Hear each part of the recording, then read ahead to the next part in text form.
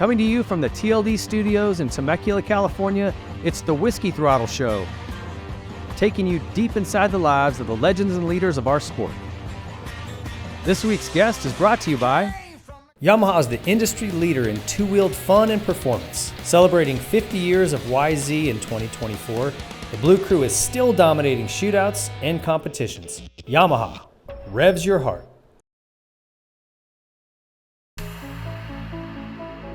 SKDA is the leader in motorcycle graphics. Driven by a combined passion for art and motorcycles, SKDA has become a global leader in the off-road motorcycle space.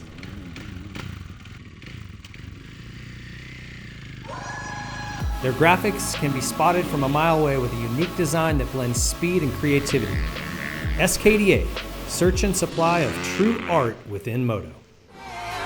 Troy Lee Designs, built for the world's fastest racers. TLD blends elite level protection with industry-leading style and performance. Moto, bike, helmet paint, casual wear, whatever your passion, Troy Lee Designs is waiting for you on the next level. Nihilo Concepts, enhance your riding experience with superior products like the start-stop conversion kit, fuel petcocks, frame grip tape, lever grip donuts, secondary on switch, billet foot pegs, billet throttle housings, and so much more. Nihilo Concepts produces exceptional products, all of which are made right here in America. Hey folks, thanks for joining us here at the Whiskey Throttle Show in our brand new Blue Crew studio. This is a special episode for me because it is our first one in this new space, and while we're still kind of getting it set up, it's a heck of a lot better than what we've been in, and we've got a great guest today. I've been bugging this guy for about a year to come on. Two-time world champion, two-time 250 Supercross champion. He has 19 wins in the premier class in Supercross and motocross and 19 wins in the 250 class. Most importantly, he's one of the nicest guys in our sport, I think, in the last at least couple decades that I've been around. It's Marvin Musquin. Marv, welcome to the show. Thank you. Man, I feel honored. Yeah, well, I'm you didn't know you didn't know you were our first one, but yeah. So this is clean. Congratulations. Yeah, thank you. It's been a long time coming, man. Mm-hmm. We've been that's a lot of work. Stuffed into a little dingy garage space for a long time. So excited to finally be in a good place. We start all of our shows with the Nihilo Concepts front end chatter. Those guys make premium billet products and tuning devices that really make your bike look better, perform better, more reliability, and they've got some stuff that's really revolutionizing how we deal with modern four-stroke. So stay tuned for that. I want to ask you, what you been up to, man? Like, I see you at the tracks, riding a little two-strokes and doing this and doing that, but what have you been up to lately? Man, I just love riding still. Obviously not racing, but I like to go out and still ride. I still enjoy just getting on the motorcycle, any kind of motorcycle with KTM. Obviously, now I have a 250 two-stroke at my house, but I've been doing a little bit of R&D like last year I did with KTM, and I'm going to do more this year. Okay. I've been going to the races with Tom Vial and trying to help him, coaching. He was here in California beginning of the year, so we spent 3 weeks together. I've been going to the track every day. I enjoy coaching as well. Yeah. So you seem like you'd be good at it. You're very analytical. Kind of seems like it's right in your wheelhouse. Yeah, I love like good riding, good technique, and make sure we apply the good and the right things on the motorcycle to make sure we especially Supercross, it's so important, you know. I see a lot of, especially young kids, not doing right things, and they're already racing. So, I want to coach and try to help, especially Tom right now, because he asks me. And I went to the outdoors with him last year, but that was only at the races, so it was not really easy to do a lot. But now we've been going to the practice track together with Tom, Supercross, and now to the races. So far only one in Detroit, so next one is Dallas. Yeah, you're in a unique position to help him too, because you've been down that exact same path, moving here from France, and you guys ride some Supercross, but it's different here, you know, bigger tracks and things like that. So what is he struggling with? Like, what are some of those hard hurdles to get over? Well, he is in the same path than me, and no, because he never raced or rode Supercross when he was younger. And myself, I grew up riding Supercross since I was 10 years old. And just had your own track? Or yes, what? yeah. My dad built a track for me and my brothers, so that was a huge help. I loved Supercross, and Tom. It's surprisingly because his dad, Fred, used to race Supercross a lot. I raced him. Yeah, That's how old I am. I raced him too. Oh, like, you did? Yeah, Okay. probably like maybe once. Because back in the day, it was like a super final, they call it. So it was like a 250 and 450 main event, and then the super final. So maybe I qualified on my 125, and then I raced the 450 on my 125, and Tom's dad was there. So it's a cool story. And now Tom is riding Supercross, but he didn't grow up riding Supercross. So he moved to America because that's his goal now, to race in America. But you have to race Supercross and motocross. So he just started last year, basically. How do you think he's doing? Is he a lot better? There's little things that now he's doing better, like in the whoops, more control, having a finger on the clutch in the whoops, for example, which he didn't before, and which I didn't as well. Back, like, for my whole career, I never had finger on the clutch. Do you think that's helpful? Because I didn't either. It's really, but for me it was awkward if I would try. But then I started working with DV, and DV was like, you have to have the index on the clutch in the whoops. So we practiced that. It was so awkward at first because I would clutch with the middle finger in the corners. So then you have to swap the finger on the clutch and in the whoops. But we spent a lot of time with DV and did a lot of work. And now I can't go back to what I've done for maybe right? 20 years. Now I'm back to What's the point of the finger on the clutch in the whoops? I feel like you want to control it with the throttle, and if you need to shut down, you just grab the clutch. That's what I always did. What I like of the clutch now in the whoops is, like, actually the throttle, you don't really move it though. You kind of keep the same throttle position, and then you adjust with the clutch. That's what I feel like. Especially on 450 more because it has more power, so it's easier to. It's kind of like a brake. Yeah. The clutch. Huh. In the whoops, because it slows you down if you grab it. Yeah. So. That's crazy. Any other riders you want to work with? Do you have any plans to do that or no? Well, with KTM right now, if the futures, if I can help with that, that'll be good.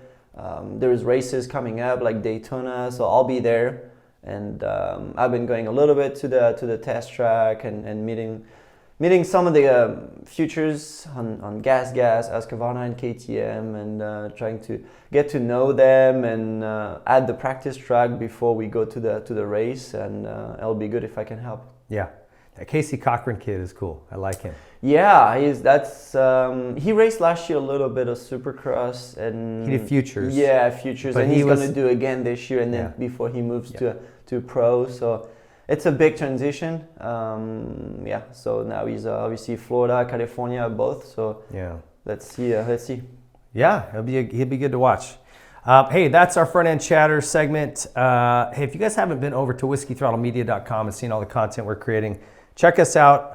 Whiskeythrottlemedia.com, at whiskeythrottlemedia on Instagram, TikTok, YouTube, all that stuff. So check it out. There's all kinds of content, merch. We've got riding tips, moto, off-road, vintage, all of it. So check it out. Our guest brought to you by Yamaha. Let's get to his story. Tell me about where you grew up. I couldn't even pronounce the name of the town in France. I looked it up, but which one though? Like because my town or like the city where I'm born? Because it's well, different. Let's hear it. You tell me. La Réole. Yeah, I couldn't say. Yeah, La Réole. That's the city where I'm born. Yeah, okay. And then I grew up in a small village. Oh, small village outside. Yeah. Okay. What was it like there? Well, it was cool because we had decent property. My parents' house, me and my brother. So growing up on the bicycle, on the motorcycle, after school. Perfect for you guys. Playing with my brother. So. And you just have the one sibling? Yes. Okay. Yeah, which is 5 years older than me. Oh, okay. Yeah. I thought you were older for some reason. No, I'm the youngest. Okay. Yeah. All right. So. Michael, right? Yeah, Michael. So it was cool because. And obviously, looking back at those the pictures I sent you, it was all I wanted to do is obviously play with my brother, but on bicycles, on motorcycles, and obviously when I grew up, like I said earlier, 10 years old, in 2000, my dad built a supercross track. So for my brother and myself, and for other friends too, it was a couple good riders that would come and practice for the championship, for the French championship supercross. So it was cool for me, so young, and watching those guys doing the big triples, and I was on 65, trying to do the jumps as well, you know. So which was cool is my dad and our friend, a track builder, it was like a big supercross triple, and then on the side he would build another takeoff so I could do double, you know, with my 65, instead of like going to the main takeoff and going big triple. Yeah. So that's how I learned supercross, and I think that was the best thing ever for me. DV told me a story of his little track. Did you ever see it over there where he's from? No. It's like just as a rinky-dink little supercross track, but he said he rode 1 million laps around that thing. You know, it's kind of the same type of deal, right? If you can have your own track, it was probably more fun. Yeah. For us than DV. I think DV was with his dad. It was pretty strict. I mean, not strict, but like it was like more like work. My dad was really nice, nice, I guess. It was all about more like, hey, be careful, like try to do the jumps, but more like have fun, consecutive. Like you know what I'm saying. So and your dad raced too, right? Yes, he did. That's how you guys got into it? Yeah. Was he like a fast French pro? Did he race GPs? No, not GPs. It was a lot in France. Yeah. Okay. Yeah. It was like I want to call it more like regional races, and then into like national too. Okay. Did you guys play any other sports, or were you just kind of motorcycles from the very beginning? I think I tried soccer, but I went to like 2 practices and not even a game, and I was like, not for you? No. Oh, that's so like 2 wheels all day. It's so funny because sometimes I feel like guys who did a lot of different sports, it helps them to be better athletes down the road. But then I look at a guy like Ricky, James, yourself, they did nothing but dirt bikes from the time they could walk. Yeah, that's how I am. Yeah. Do you play anything now? Any other sports you like now? Not really. I kind of tried tennis just for fun, but I went to pickleball more. You know, it's easier. No, I do, like I said, I bicycle, like a little bit of like bike park, like e-bikes and stuff. I'm into it right now because I have more time, and I'm not afraid of, I mean, I don't want to say I'm not afraid of getting hurt, but if I get hurt, it's not that bad because I'm not racing. Yeah. But I enjoy that. You said you went skiing the other day too. For the first time skiing too. Skiing. I grew up skiing with my parents and my brother, but then I stopped because of the racing, and I didn't have time, and then we wouldn't go to the mountain in the winter. So, and then when I moved to America, I probably went to Big Bear once or twice back in the day, but early days here in America for me. But after that, knees injuries, you gotta be careful. No time to go. I don't want to get hurt again. If not, I can't race. So, but now I have time. So that's what we did. Who did you? Was there any kids you grew up racing with that went on to do anything? Like who was kind of your group of guys? You mean something else than motocross? No, or in like motocross. They're still there. Yeah. Cedric Suberas. Oh, okay. Yeah, Cedric, Greg Aranda. Purcell. Purcell was he's a little bit older than me, but not much older than me, but somehow he was like a lot better earlier. But I did grow up a little bit with him. But yeah, Cedric, Greg. So fast. Ramet. Oh, Ramet, Thomas Ramet, yeah. So yeah, a couple of guys like that is still around. That's cool. I always just find that interesting. If your group of guys you grew up riding with went on to be successful also. Yeah, I'm probably missing. I'll have to think about it. But yeah, the guys that that's still a good friend, list right there. Close friend with Cedric. Yeah. And who were kind of your boyhood idols? Were you looking up to French racers at the time, or GP racers, or were you watching Supercross? Or a little I would say it was all about Supercross. Even from a very young age? Yeah. Even though, when I was a kid, I would practice in Supercross and motocross, but not race Supercross, you know, when you're so young. But then I did start racing on 85s, though, Supercross, which was cool. But like when I was super young, I would get to go to Bercy Supercross. We'll get invited by the French Federation with maybe like 10 or 15 kids from the championship, the first top 10 or 15, invited to Bercy to do the opening ceremony. We'll show up with the bike, and then they would give us a gear. Gear. You just bring helmet. They would give it a gear and then goggle, kind of like KGSC right now. Yeah, a little bit. So we'll do opening ceremony, one lap with MC Jeremy McGrath, David Villeman, Lusk, Wyndham, all those guys. They were invited to Bercy Supercross, and that's how I was a big fan of DV. DV would hit hill clickers on the finish line, and that's how I wanted to start doing hill clickers. Okay. So that's where the story comes from. So big idol for me was obviously McGrath, but DV was the French guy trying to beat McGrath, so I was a big DV guy. Okay. Yeah, and his story when we had him on the show was incredible. Like you mentioned, his dad was kind of a piece of work, and you don't realize what somebody's going through like that. You know what I mean? I mean, yeah, there's things like that we probably don't want to show. No, I was surprised he opened up about it, but it's just interesting. So you guys were pretty serious about racing early, or was it just fun in the beginning, or were you guys like right away going to regionals, going to French nationals? I mean, yeah, my dad had a little RV with a trailer, like a closed trailer. So me and my brother would go to the races. My parents owned actually a nightclub. So. Oh, really? Yeah, they used to, and they were open on Friday nights and Saturday nights, and I would race probably on Saturday and Sunday. So it was really difficult. Man. So my mom would stay and be at the nightclub and try to get everything organized, and my dad would take us to the races, and so it was not easy, but they made it work. Obviously, my dad wanted me to race, and my brother as well, but it was not a lot of pressure. I guess my dad wanted to see me do good, but what I was able to do. I mean, you know what I'm saying? Like, don't overdo it, or do what you're capable of. Yeah, support you to go as far as you wanted to go with it. Yeah, if you can't do it, it's okay. You know what I'm saying? That type of mentality. Pushing you, but not pressuring you, right? Exactly. Yeah. So he would always, tell me to be careful, do your best, but don't overdo it. Do what you're capable of.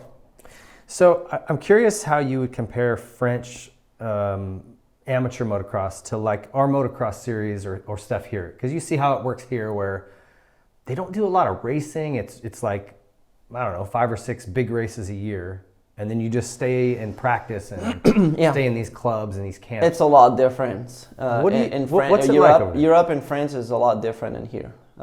We don't have quarterfire stuff like that. You just we have regionals, championship. It's kind of like if you do a California championship with any classes, 65, 85, 125, 250, that's it. And then if you want, then you go and do the national, which is like the French championship on 85. There's different classes, but that's it. We don't have quarterfinal stuff. You just register, and then on Saturday you'll do qualifying lap times. Then you qualify, then you race on Sunday. It's pretty, I would say, kind of more simple in some ways. Yeah. Is there more racing? Do you guys race quite a bit, even if it's just local? I think we do. I think we do a little bit more. We're able to probably race every weekend.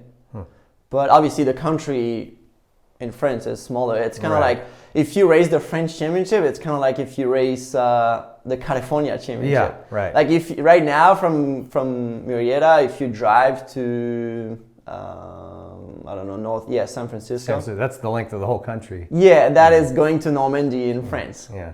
At the top of the country. So I just was curious because when we had Jet and Hunter on here, they were saying that Dazzy was about to send Jet back to Europe because he felt like Jet was regressing with our amateur motocross system here. Yeah. And I thought, wow, that's interesting. I didn't realize, and I know we're trying to now change it with the combine and futures, like we're trying to sort of bolster that, but yeah, like I said, it's kind of more simple over in Europe. And then if you wanted to, if you live in France, then you can go and race in Spain. You can go and race in Italy, Belgium, Holland. It's not too far. Yeah. So how quickly did you start winning as an amateur and kind of knew you had something? 60s, 80s? No, No. There was always one or two guys like stronger, taller than me. I was always the little guy. Yeah. Skinny, little. Always riding more like with my technique than my strength, you know. So 65, I started maybe like around top 5. Then maybe my last year I got second, but never really won anything. Regional, yes. Like in my region, yes, but like the French championship, no. Then 85, when I started on 85, it was tough too. I was little. Always, you know, when you move up on classes, you know, it's a bigger bike, and I was not growing up that fast. So, and it was always that those guys that would always change classes and grow up and be in front of me. So I started winning at my very end of 85 cc, which when I was 15 years old. So you won the European Motocross Championship, right? 04? Yeah, 04. 04, yeah. That was a crazy championship. I mean, crazy, yeah. It was weird because it was only 3 races. So usually it's a lot more, but this year was only 3, and then it was in like Bulgaria and Romania. We drove with my parents, like me and my parents with a trailer and RV. We drove all the way. We crossed France, we crossed Italy, took the boat, went to Greece to Bulgaria, and we stayed a month. Oh, really? Yeah, because those 3 races were like back-to-back weekends. So it was a cool experience. I think I sent you that picture where I'm standing up with my parents. That's from that trip? Yeah, with that little trophy. So it was cool. It was like within 3 weeks, boom, I became European champion on 85. So that was my very first big championship. Yeah. Was that a big deal for you? I mean, did that kind of bump your confidence up and make you go, okay, I can do this? Kind of, but I feel like when you're 14 years old, maybe not to this day, because now with social media it's a lot different, but back in the day when it's only you and your parents almost in the middle of nowhere in Bulgaria, you know? Yeah. It's cool because it was other riders too, camping with their family, and it was not like today. So it was really cool. Then after that, the French media and magazines, you know, they were talking about it. It was cool, but it was not like, dude, this is it, I can do it or whatever. Yeah. Because it was not like social media like right now. Isn't it crazy how much life has changed since social media? It's a lot different. It's changed everything. Yeah. Like in the 90s over here, there was stuff that we did and got away with, whether it was rental cars or just whatever, you could not do today because everyone's always recording, right? And I keep saying that right now. Like I talked to DV about it. Is I wish I raced at my top level in the 90s or 2000s. Yeah. You know, early 2000s. Early 2000s. Yeah. I really wish that. That was a sweet spot for it. It changed a lot after that, yeah.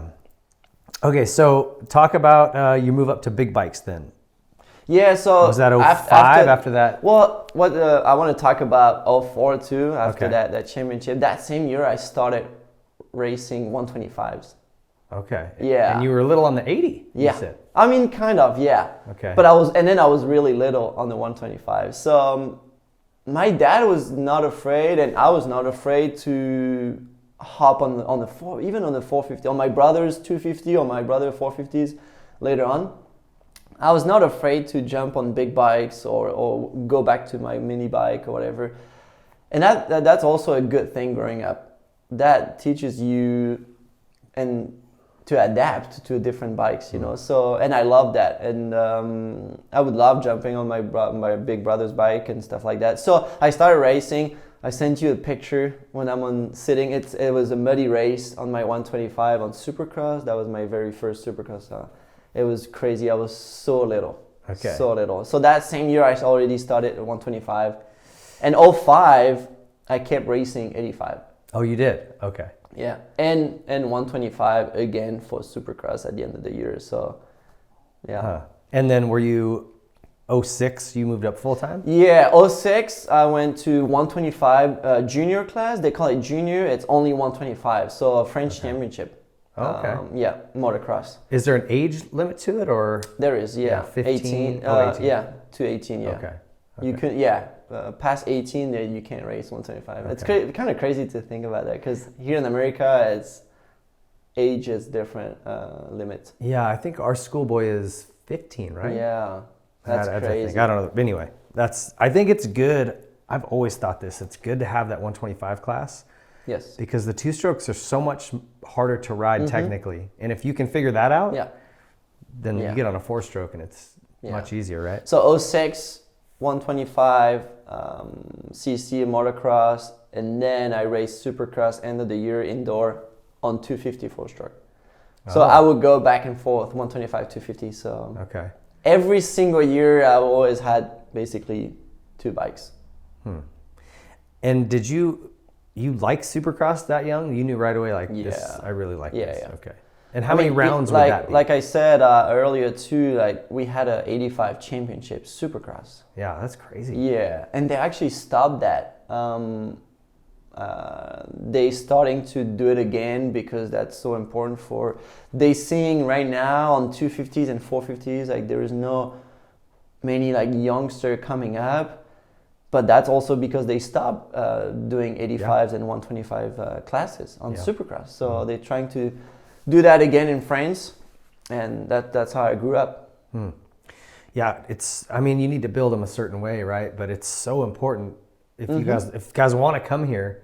Yes. I mean, look at what kids are doing now. They're on 60s riding this stuff. But also, if you want to start Supercross and there's no 85 or 125 cc classes, and then you are going to start on the 250, then most of the guys, they're probably scared to do that, because it's a big bike on Supercross. That's why it's so important to start early on easier track and you adapt to it. And so you won the 125 Junior World Championship. That just means age bracket, right? In 06?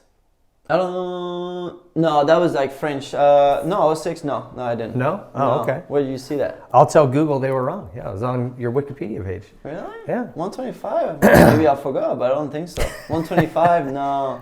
Okay. So what was 06? You were racing what? 06, French Championship. Okay. And then on 250, I was doing the junior class 125, then 250 elite, we call it elite, French Championship motocross, and then supercross as well on 250. So yeah, we will race a lot. That was cool. Were you winning these titles at this point? No. Maybe a supercross, but outdoors, no, never. Supercross, yeah, I was pretty good. So that was coming a little easier to you? Yes. Yes. Supercross, obviously smaller tracks. I would get better starts and like I said earlier, like with the super final, you'll be able to like qualify, do your main event on 250, and then the top 5 or 6 will go to a super final with the 450. So for me, it was just a kind of like a fun race because you're like, dude, I just made it like to the super final. Then it was kind of like more like a fun race. Like, not a lot of pressure. You weren't probably expected to win. I think I did a couple of those when I came to Europe and raced.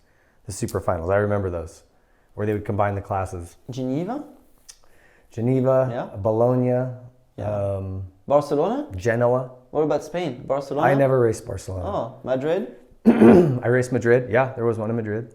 Yeah. So they're fun. Yeah, it was a French championship, but we will go to France. To Spain, and we'll go to Switzerland. Oh, really? But they would call it the Essex Tour. Okay. So it was like a French championship, but we'll go to a different country. So that's cool. Yeah. Tell me about your jump to pro racing. When was your first pro race? So all those races we talked about, I would get help from Butt Racing and Kawasaki, like through a dealer, and my dad would like drive us, me and my brother, to the races.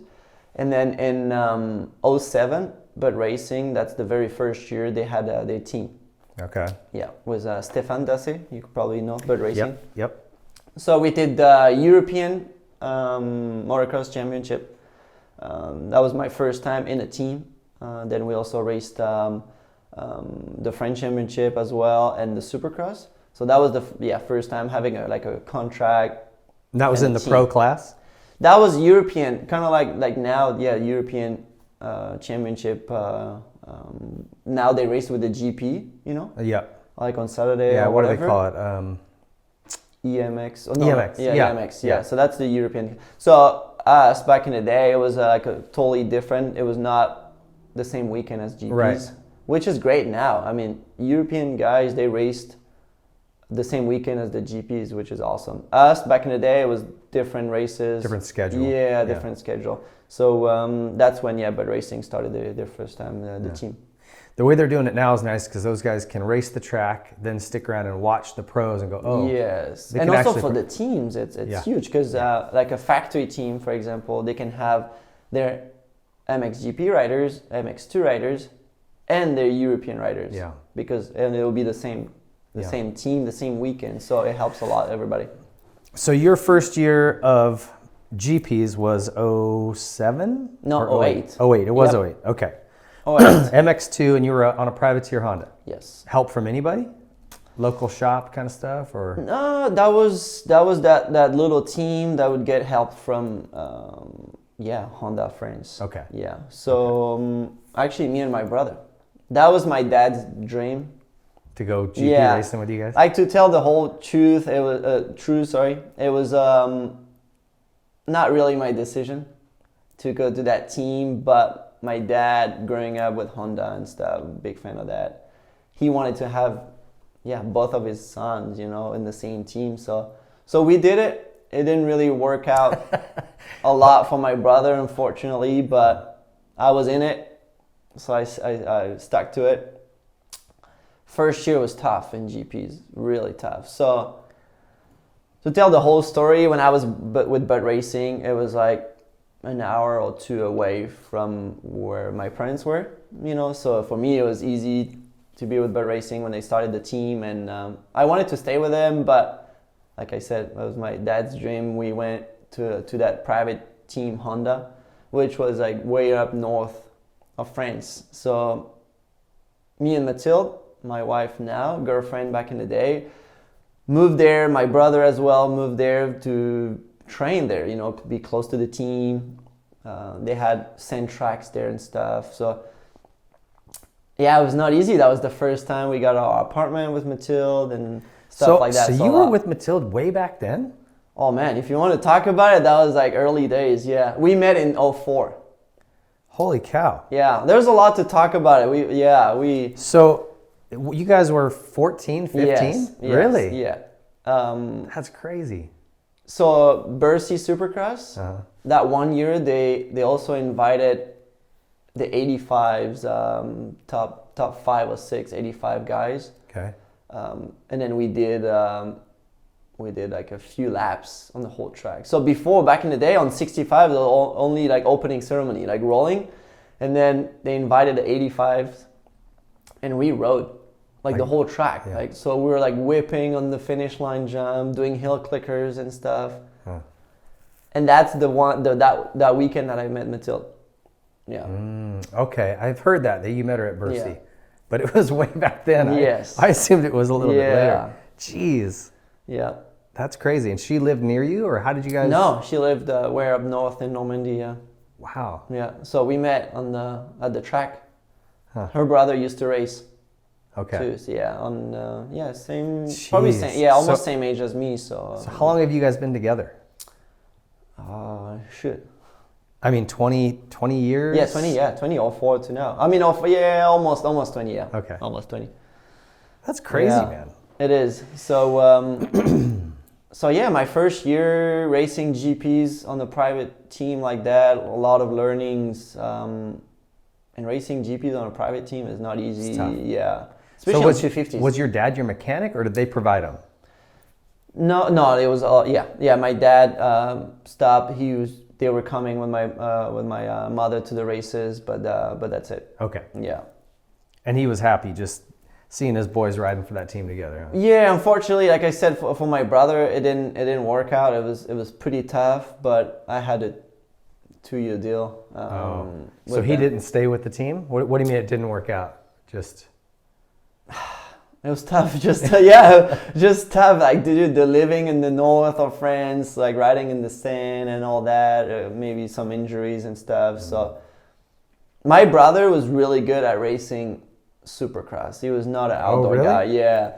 So I feel like after that winter, getting ready for the new season. He did race a few GPs and French rounds and stuff, but after that he was like, no, I want to stick to supercross and do my own thing and have my own van, you know what I'm saying? So my brother was really good at that. But yeah, I was in it. I was committed to it, and all I wanted to do is like progress and make it. So, but it was not easy. I never got paid $1 or €1, I would say, ever. And then I was 18. Okay. I would live with cash from the French races. That's how you were getting by. That's how tough it was growing up. I mean, the first time racing GPs with that team. That was a small team with not much budget. I did have a contract, but I never got paid and stuff. Man, yeah, it was not easy, and Mathilde was with me, so a lot of figuring out, you know. Jeez. Yeah. Okay, so you were 14th that year. No, 18. Yeah, 18. Yeah, 18 years old. Yeah, first. But 14th in the championship that year, right? So was there any bright spots that year? Because 2009 you won the world title. And I'm thinking, how the hell do you go from 14th one year to winning the title? Like, that's a big leap. Were you winning motos here and there, or like why was that curve so steep? So my second year, I was still with that privateer Honda team. I had a new trainer, Yannick Carvela, so that really helped. We had a really good winter. I spent the whole winter on the 450, actually, because the team didn't have bikes. I got the new 250. That was the 1 year the new 250 came out, and it came late. So the whole winter on the 450 really helped me at the end.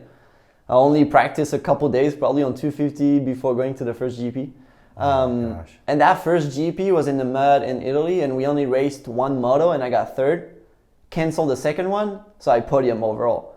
Okay. So that was my very first podium. And that was amazing. I was pumped. Yeah. So after the second round, I'm sitting third in the championship.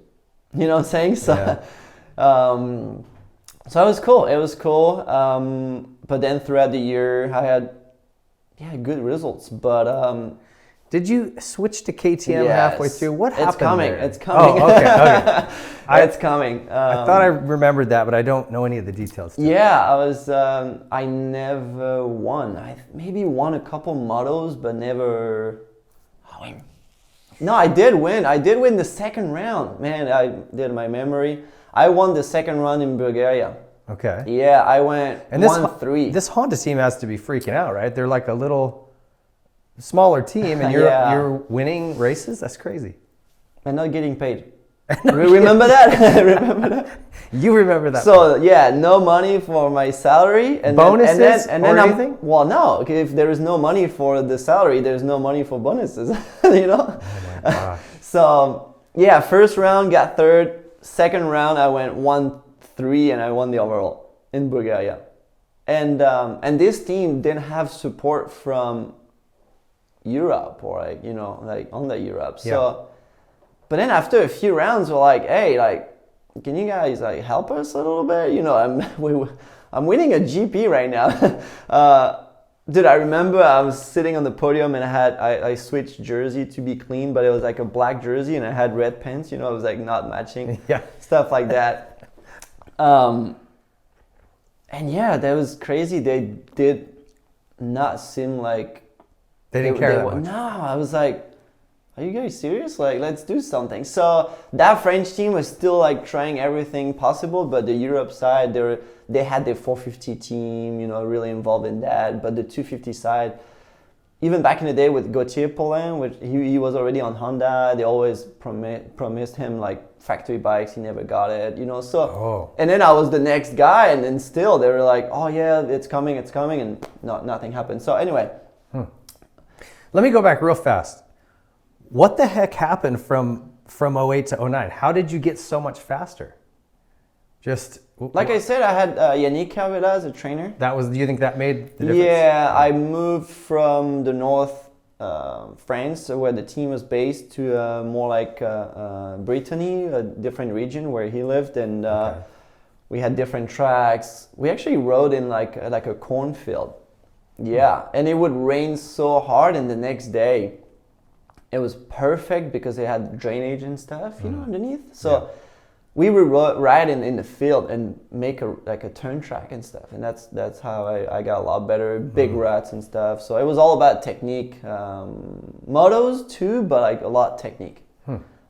So it was a way better year in some ways on the riding side, not on like the team side. And then at some point, like the team straight up said, "Hey, we don't think we can make it to the next races." Like that bad. Oh my gosh. So I'm like, man, I'm leading the championship. Yeah. That was the same day I got the red plate, I think, and the team was like, "Hey, we're like struggling." Like, yeah, that's how bad it was. So that's how we started like looking at obviously KTM. Yeah. Because KTM was, winning everything, all the titles every year. I was battling Rui Concalves. He actually raced Dakar now. Oh, really? Yeah, I think I've seen his name. Yeah, so that's him. So I would race him. He was on the Red Bull KTM. It was Sean Simpson, and then he was injured. So we're like, "Hey, looks like there is a bike sitting there. Can I try it?" Are you guys, that was my dream to race on a KTM, and that's how that happened. We went, talked to them, like, well, yeah, Sean unfortunately is injured, so I hop on his bike. Went to Germany. What did you think of his bike when you got on it further? Was it a whole other level? It had to be, right, from what you were racing? Yeah. I was pumped. I went and did a test on a pretty hard, rocky track, but then I was like, man, this bike like missing a little bit, like out of the corner. But I didn't know I was in third. Oh. Like that's how different it was. Yeah. Like I was cornering in third. Then I figured it out, and it was crazy. I remember one of the mechanic and engineer there. They're like, "Hey, let's do a start," and I was like, "I can't do a start right here. It's so crappy. There's rocks, and it's gonna spin so bad." And I did a start. That thing like revved to the moon, like a rocket ship, and I was like, "What is that?" I was blown away. Then I signed a contract. Straight away for, I think I signed for like that same year and the next year. Okay. Yeah, and I went to my first race in the middle of the year to England, and I warm up. I was the fastest, qualifying for gate pick fastest, qualifying race. I whole shot I won, and the next day for the races I won both motos. That was. Yeah, perfect unreal. weekend. Yeah, it was unreal. So I was so confident to whole shot that the second moto I totally messed up my start. I don't know. I was too relaxed and I kind of messed up. And still, GPs, most of the races, maybe not anymore, but like the first inside gate, always the best. Yeah. Was the best. So it was really important to qualify first to get that first gate pick. Yeah. So second moto, I didn't get a really good start, but still like top 3 maybe, and ended up winning the moto, the overall. I still had my shark helmet because from the contract that I had, that was the only contract I had. It was and the goggles, I think, like personal. The gear and boots was from that Honda team. Okay. So then when I switched to KTM, I told him, I said, "Hey, I still have a helmet and goggle contract, so I have to keep that." So I think we ended up putting stickers, like Red Bull stickers on it. Okay. Not even a paint job. Yeah. And then I had the team gear from KTM, which was Alpine Star at the time. But pretty crazy story, and there's more coming. Yeah. That's awesome. And you know what I was thinking? So that was 2009. Yeah, 2009. You basically won that title for KTM, even though you didn't start on it, and you've been with them ever since. Yeah. That's a long time with that team. 14 years. It's crazy. Like 15. People talk about Jeff Ward being very loyal to Kawasaki, and Cincerillo would be the same way, right? But man, you've been on your professional career all but 1 year. Yeah. It's cool.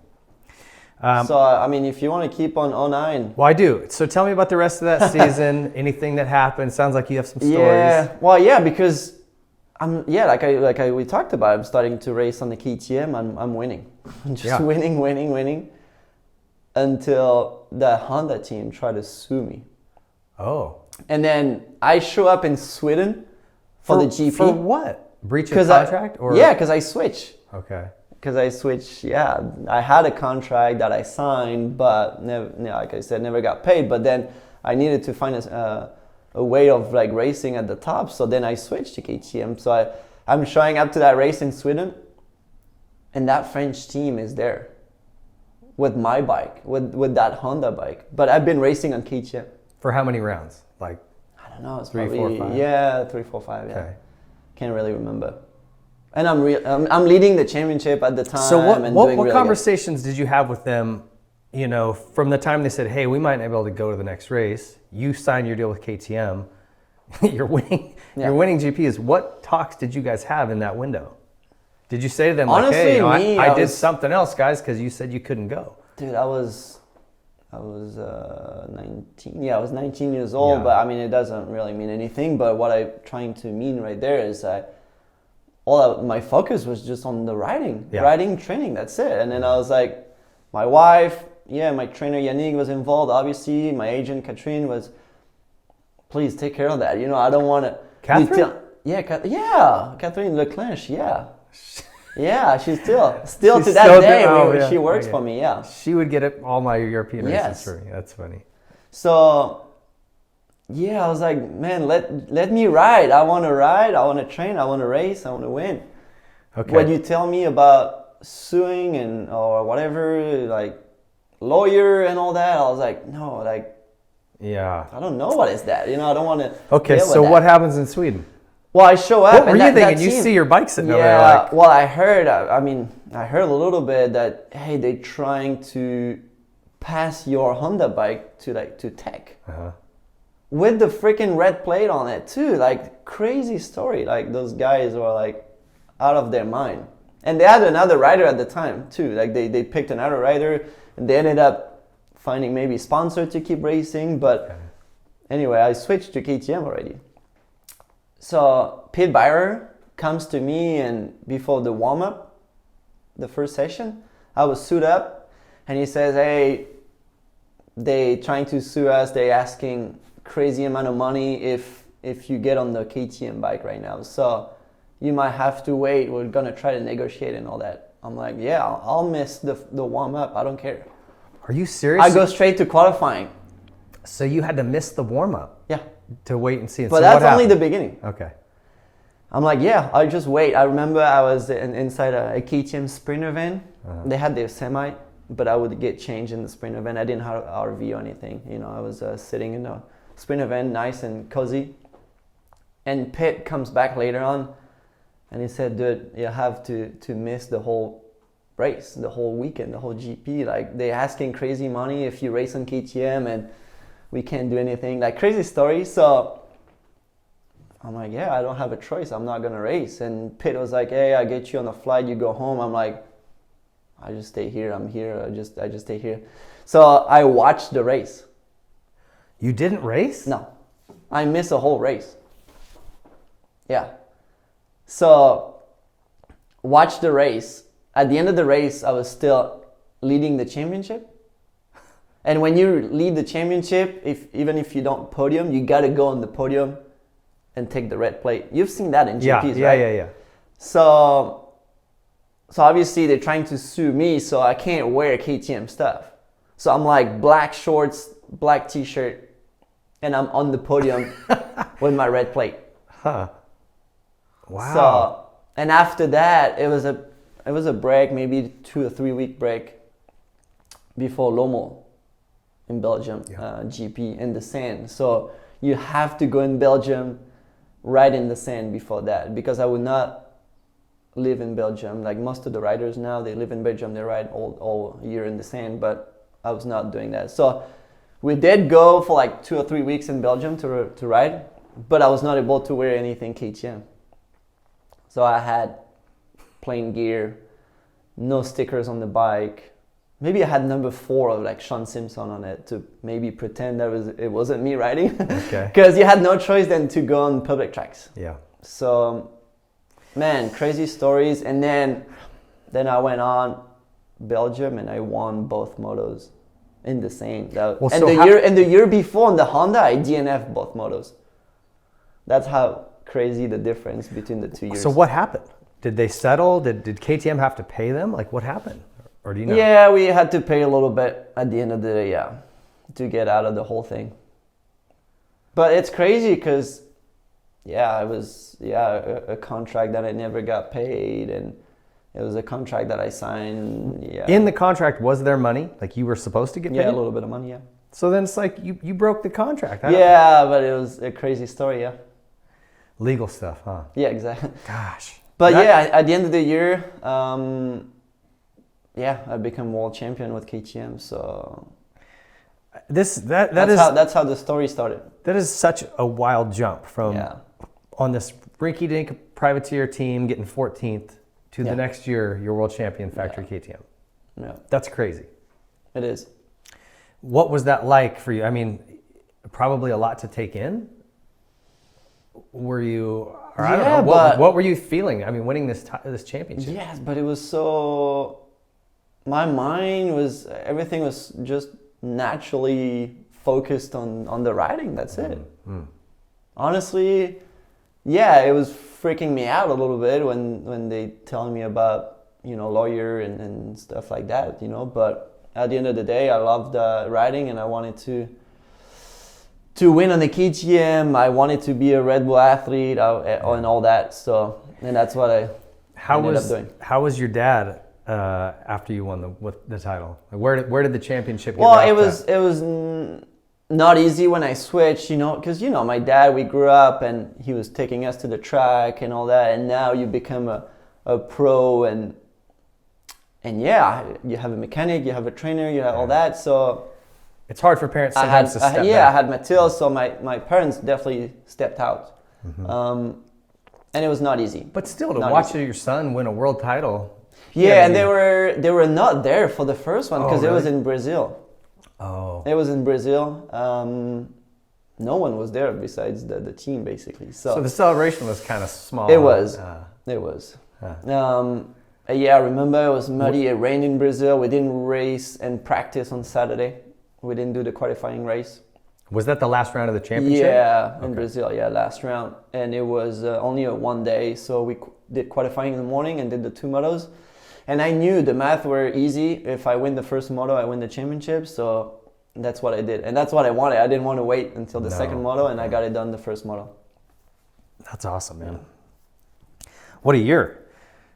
Stressful and weird and awesome all at one time, huh? Exactly. But a relief for sure at the end of the year.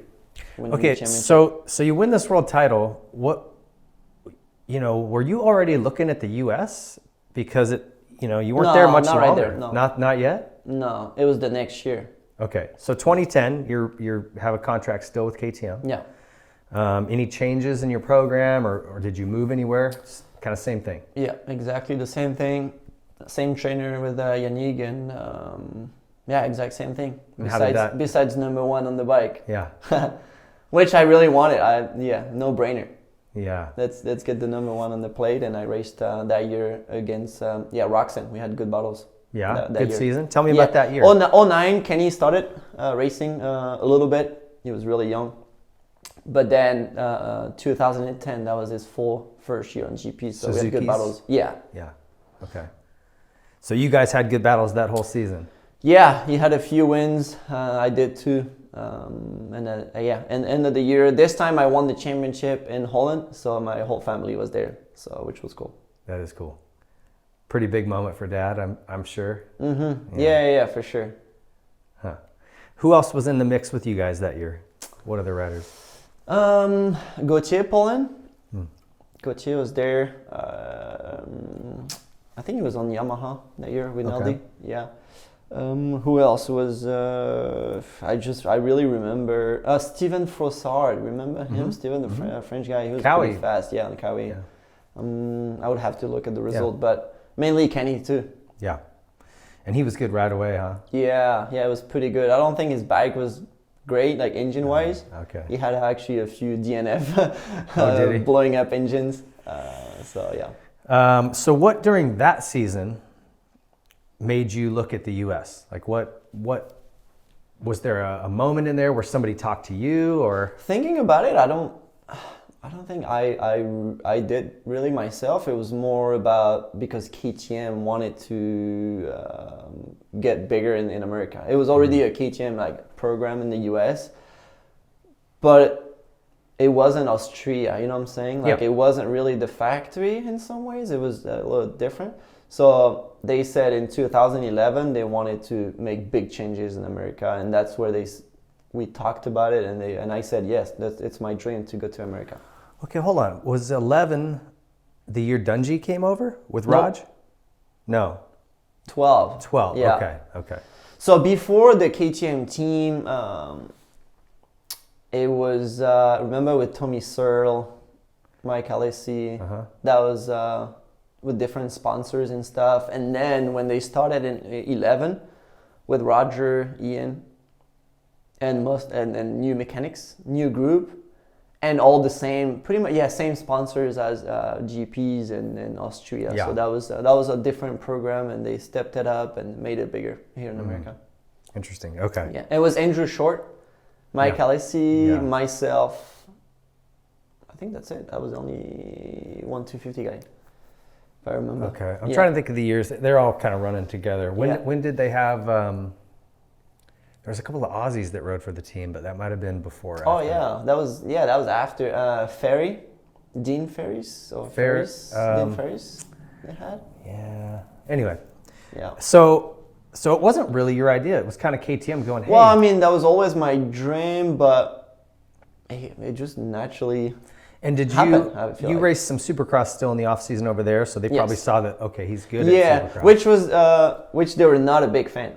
Oh, really? Yeah, KTM over in Europe, they like supercross. For them it was like, don't get injured, so don't race supercross. They don't want us to miss GPs, you know. Yeah. So, but I was like, no, I want to race supercross. So I would go to Geneva Supercross and Bercy Supercross. Okay. Yeah. And Bercy, in actual Bercy, was really cool. Yes. I mean, I haven't been to the new one. It's a bigger stadium. It is. It's a lot different. It's not the same. It just doesn't have the same vibe, huh? No. The new one is great. Big stadium, big crowd, bigger track, but Bercy was Bercy. There was something special about it. Yeah. You would go in the tunnel, you call it? Yeah, the tunnel. Yeah. We have a special name. I mean, different name for us, but corridors, I guess. It'd be like this hallways underneath the stadium. Yeah, hallway, and then you would like jump back in the stadium. The crowd would go nuts, you know, for the leaders, especially when there's like a French guy battling with the Americans, and in the stadium, and the stands were like pretty like steeper, you know what I'm saying? So you like overlook at the track. Yeah, you could throw something and hit riders. I mean, you're very close. Yeah, and back in the day, you come out of the tunnel and like a big triple. Yeah. But the last few years there in Bercy, they would stop that for safety and stuff. But when you look at the 90s and the 2000, how sick it was like to do a big triple. Oh yeah. You would jump higher than the fans, you know, on the stand. So, but. You know, now like all the safety stuff, it changes a lot. It's a different time for sure. I love always the outside. It was like buried, and the sides were all grass. And they'd have this mower that they'd lower down. It was the ropes. Yeah, that was neat. Yep. That was really cool. The hotel was like right next to it. Yeah, Bercy. Yeah, we had awesome years there. I had crepes, Nutella crepes for the first time right outside there. Yeah. Okay, so tell me about that process of coming to the US. You know, like I've said this before, I travel even on vacation somewhere for a week, and after a week I'm ready to go home. I get homesick really easily, and so having just raced around and tried to mix into other cultures, I have a lot of respect for people that leave their home and come here or go wherever, set up roots and start a new life. It's hard, man. It is, but it might be easier for people, or I would say European. I don't want to say other, but Europeans to move to America. I mean, for myself, it wasn't that difficult. But I really do now growing up and having more like experience with friends and stuff. But I feel like Americans going to Europe, that is really tough. Tough. Yeah. I think our culture is just easier here. Yes. But you know, you go to Europe, it's like, well, the restaurants are only open at this time. Yes. You can't, you know, if you want to ship And something. I was gonna say that. Yeah. And now that I lived in America for about 14 years now, that's where I want to live now. I want to stay here. I do want to go to France, visit my family for weeks or maybe a month, but I don't think I'll go back. You'll to stay. France. That was a question. I Yeah, had for you. my whole and full time. I don't. So that's why I'm saying, like, when you live in America and then you go to a different country, it is really hard because the schedule is different, the way we eat, the way we probably work, stuff like that. It's so different. Still, though, you leave your whole family. That's still difficult, right? There's some challenges that come with it. It is, but I tell my wife often. I mean, we talked about it often, and with friends is when we moved to America, we didn't really like ask ourselves or like, oh, should we do it? Should we not? Like it was so like natural. Just really, yeah, let's do it because I have that opportunity. You know, there's a saying, and I don't know in American, but in French, he said, the train comes once. You know, you hop in or you don't. You know what I'm saying? Yeah. We have a saying like that, and my Mathilde's dad told me that one day, and it stuck to my mind. You know, so we did it, and we didn't ask. You know, I mean, we did ask questions, you know, with KTM and stuff, but like. Ourselves was like, yes, if it's possible, let's do it. There wasn't a lot of debate about it. You were just like, let's go. Yes. Because, you know, and I look at some guys get kind of locked in, like hurlings, let's say.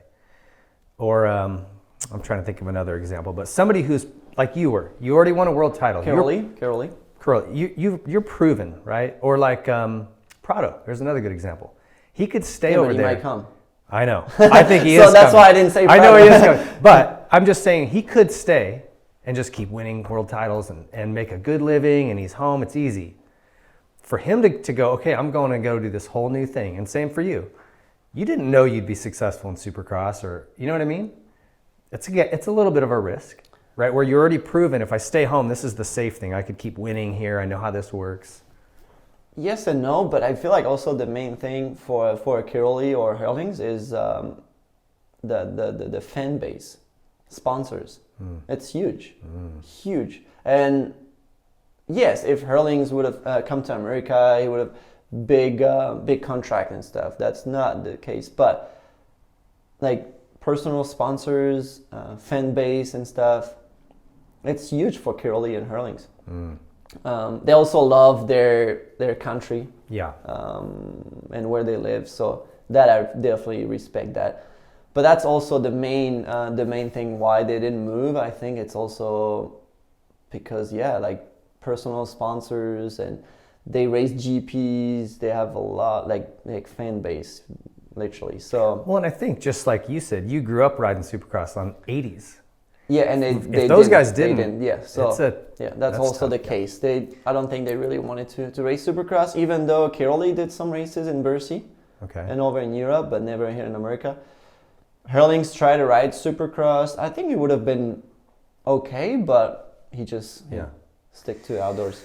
Was there, which French, you said Villemin already, but any other French riders that kind of stuck out? Bale, you were too young to really watch Bale. Yeah, he won when he was here in America, 89 or 90, right? Yeah, 1990, 91, 92. So I was like 2-3 years old. So I did watch videos when I was growing up, but not much. It was all about when Pichon was here. Oh, Pichon, yeah.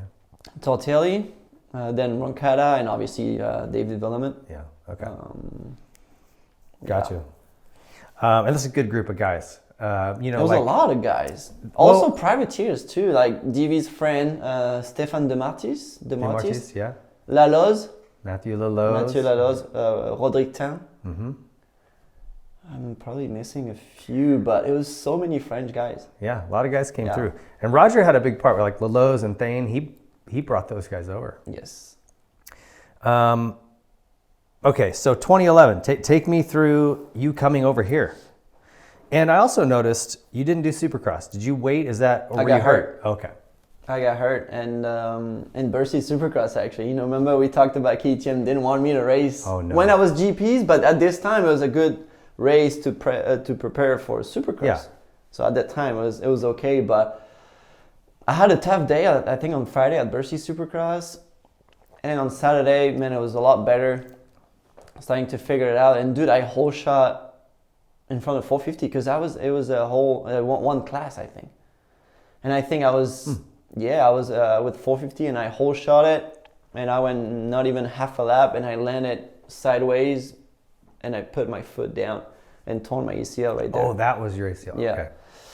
So first time injuring myself that big. So I was over there in the US at the time already. I remember I trained for like a month or two, and then I went to Bercy, raced, and then I got hurt. So I was already living here in America and did all the rehab here. Missed all Supercross and went straight to outdoors to Hangtown. That was my very first official race here? Yes, yeah, race here. Did you fix your knee in France? I did. And I notice a lot of guys do that. They'll go over and get surgery. Is that because because I know? Yeah, because okay. I knew the surgeon. Yeah. Okay. I knew the surgeon from other little injuries, and this guy was like a knee specialist. So yeah. Do you feel like there's better doctors there? That I can't say. Okay. Yeah. I just notice a lot of guys. That is a hard question. Yeah. Yeah, it is. Yeah. I feel like because we're so happy here, doctors have to be a little more cautious. Where over there, they're more aggressive. Some of the things that aren't even legal here, they'll do in Europe. That's right. So, yeah. Anyway, I just thought it was interesting. Okay, so tell me about that 2011 summer. Man, I went to Hangtown. I think I got a top 5 for the first round. It went okay, but it was so new to me. The schedule, like really short practices. Got to learn the track and do a lap time. At the same time. You guys had a lot of track time on GPs. Yeah, well, we have a warm up, Yeah. which I think it changed today, but back in the day when I raced, it was at least 30 minutes. Yeah. So you'd pull in, pull out. Yeah, exactly. You can stop, change a wheel, something like that. Yeah. It's pretty cool. But here, I had to learn that new track, new schedule. But it was fun. I mean, it was so different. The bikes were so much louder. Like the PC, the Honda, so different than what I've done. The aggression of the riders. I was a little bit lost and excited at the same time because new tracks, dirt was great in practice and stuff. And then I went to Freestone for the second round, qualified first. Okay.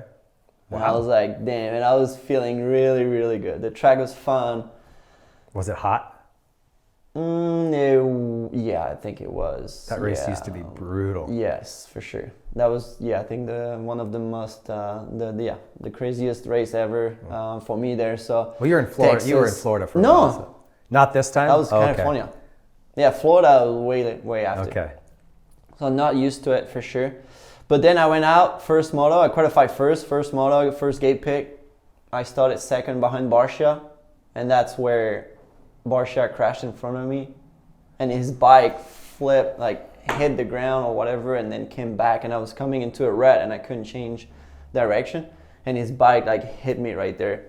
And that's... Oh, that's that. And the thumb, my hand, everything. So his bike hits me, I crash, I get up, try to pick up my bike, and I was like, something's wrong. And I look at my hand, it was my glove. There's a massive hole in my glove around my thumb and blood everywhere.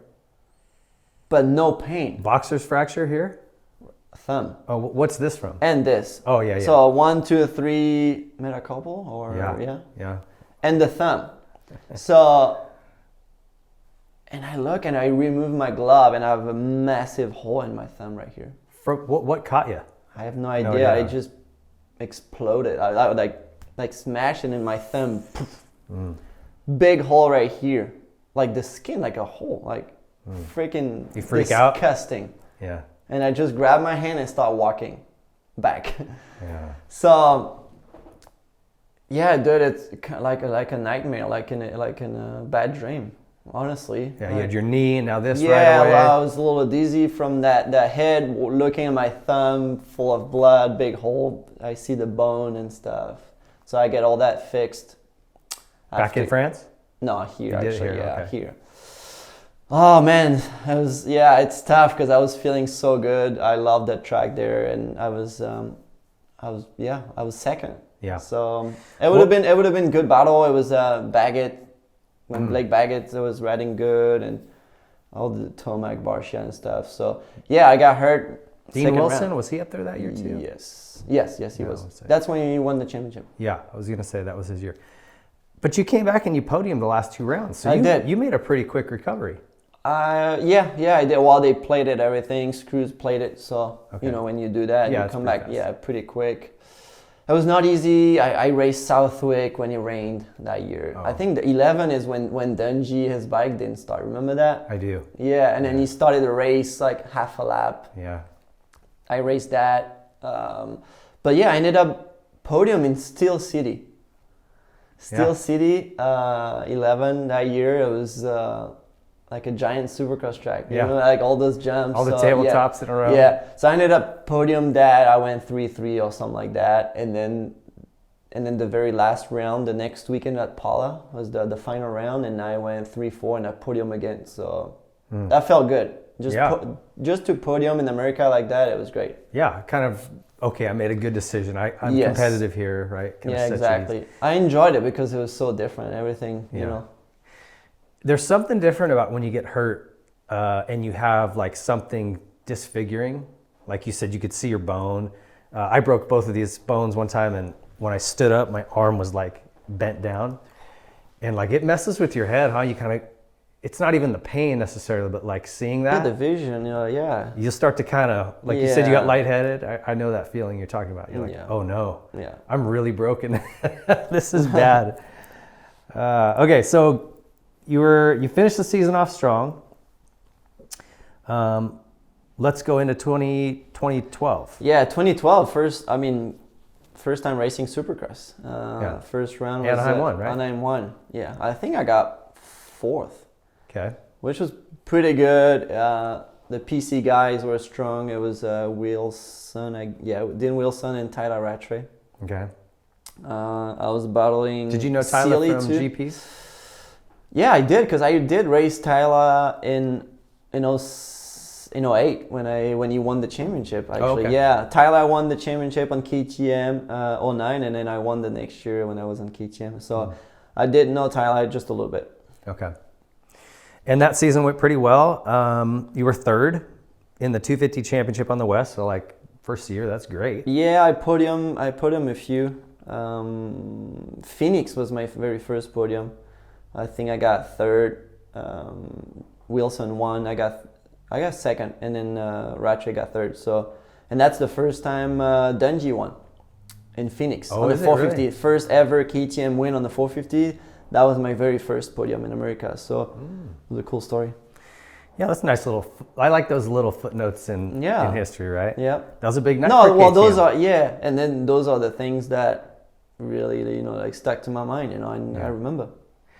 Well, I know like GL got their first win, 2001, Dallas. That was KTM's first ever Supercross win. And then in 2002, I won Anaheim. It was the first American to ever win on a KTM. Oh, that's right. So that's my little weird footnote. Yeah. So, okay, what about Nationals? Oh, and you got, the Nationals, you were 5th that year, but you won a National overall too. Unadilla? Yeah. Was it? I think it was Unadilla. Yeah, the only one. Yeah. The only one. And I think I went 2-3 for the overall. Oh, yeah? Yeah.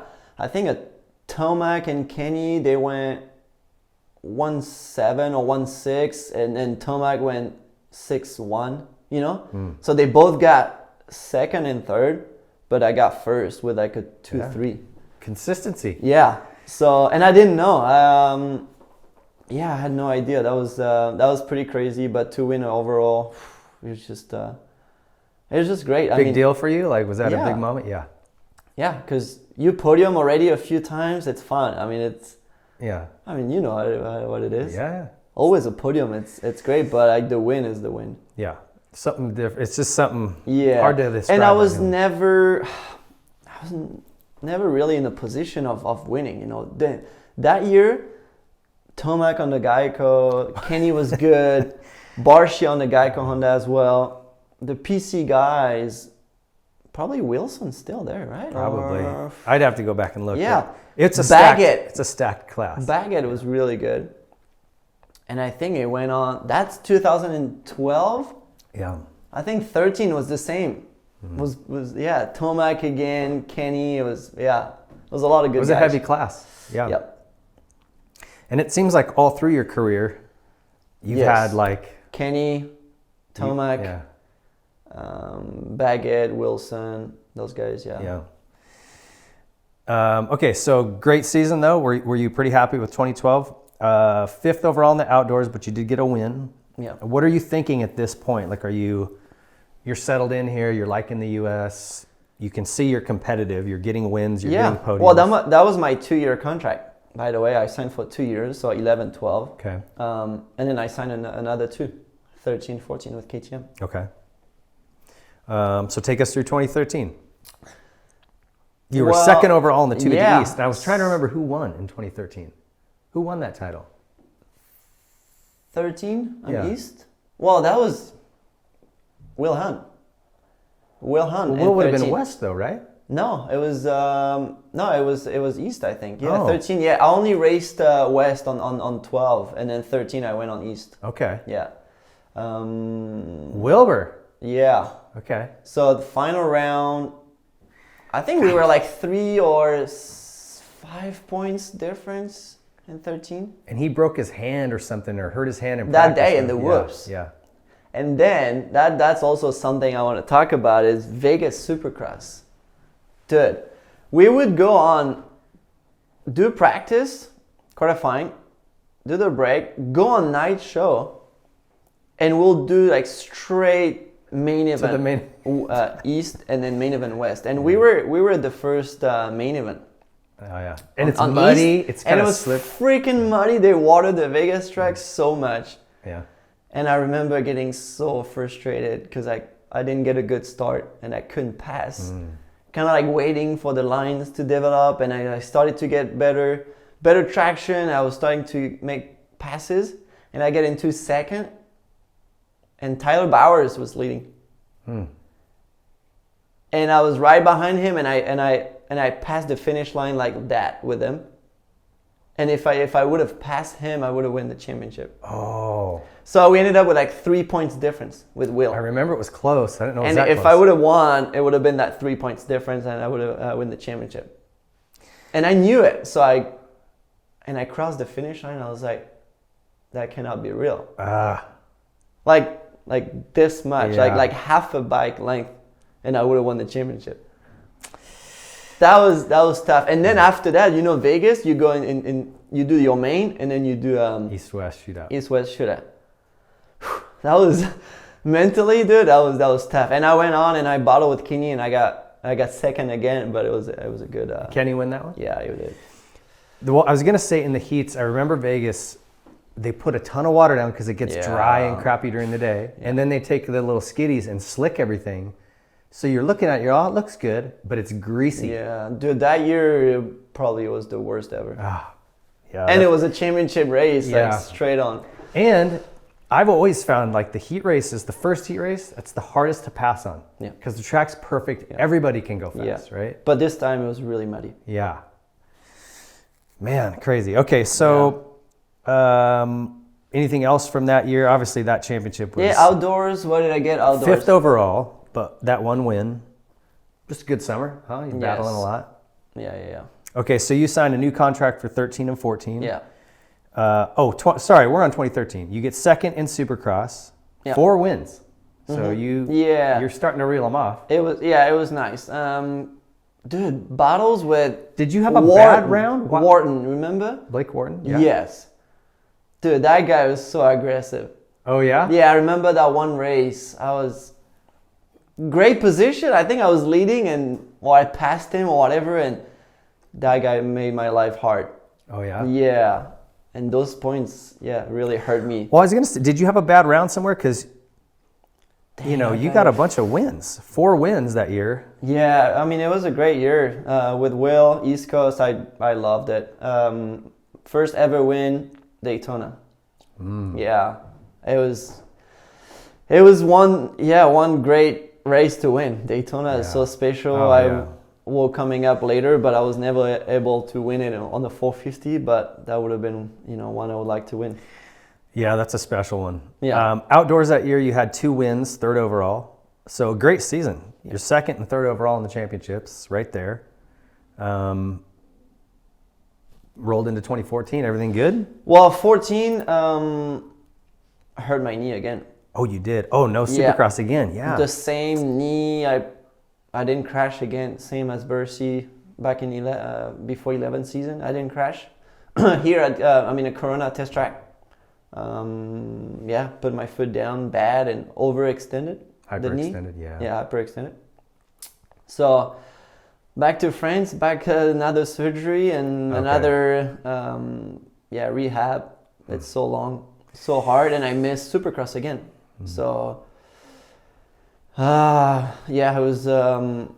was not easy. 2nd year of missing a Supercross championship. Yeah, that's part of Supercross, huh? That's brutal. Yeah. Mentally too, because you're like, man, I worked so hard to build, Yes. and then it's like Exactly. So I did race outdoor only that year. Okay. And then 2 wins that year outdoors, 4th overall in the championship. But a tough season because of another surgery. Yes. It was hard to come back, but I did it. I mean, knees get pretty strong after surgery. If you do the right rehab, it gets pretty strong, but you have to take your time. Yeah. And I You know can what only it is. rush so much, right? I mean, especially when they repair a ligament, you have to wait a certain amount of time to make sure it's strong. Okay, so now your contract's up again. Yes. So what happened going So into after 2015? that, I'm like, man, it's 11, 12, 13, 14, 4 years on 450. On 250. But not a championship, So I'm like, man, my goal is, at least win one championship. So I'm like, let's sign 1-year contract with KTM. Because I know it's my last year on 250, and then I'll move up. So I want just 1 year. So I did it, and that's the 1 year that Roger DeCoster said, hey, I want you to train with Alden Baker. Okay. And go to Florida. And when he told me that, I was like, Alden Baker? Really? I don't think I want it. I want to train with Alden. Who were you training with out here? I didn't really have a trainer? Yeah, I just had a program, and I would do it on my own. No one with me, really. Okay. But yeah, when Roger told me that, especially after those years when obviously back in the day, Ricky, and then it was Villopoto. Yeah. Then I think Kenny Roxon was training with Alden in 14 the year before. So he was my teammate. He was on 450, I was on 250. But I would hear, some stories, how it works. He didn't like it down No. there. And then Roger said, if we want to win a championship, I want you to train with Alden. I was like, ooh. You don't want to say no to Roger, right? Especially he's a team manager. So I kind of said okay, but at the same time I was like, I'm gonna think about it. Yeah. So, but yeah, at the end of the day, that's what he wanted, and that's what Dungey did too. That exact same year. So, me and Mathilde, we moved to Florida.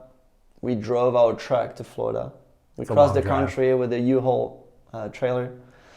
Moved some stuff and start training in Florida, and I ended up loving it. You did. Okay, Yeah. I wanted to ask you, because there has been some people that love it and they thrive.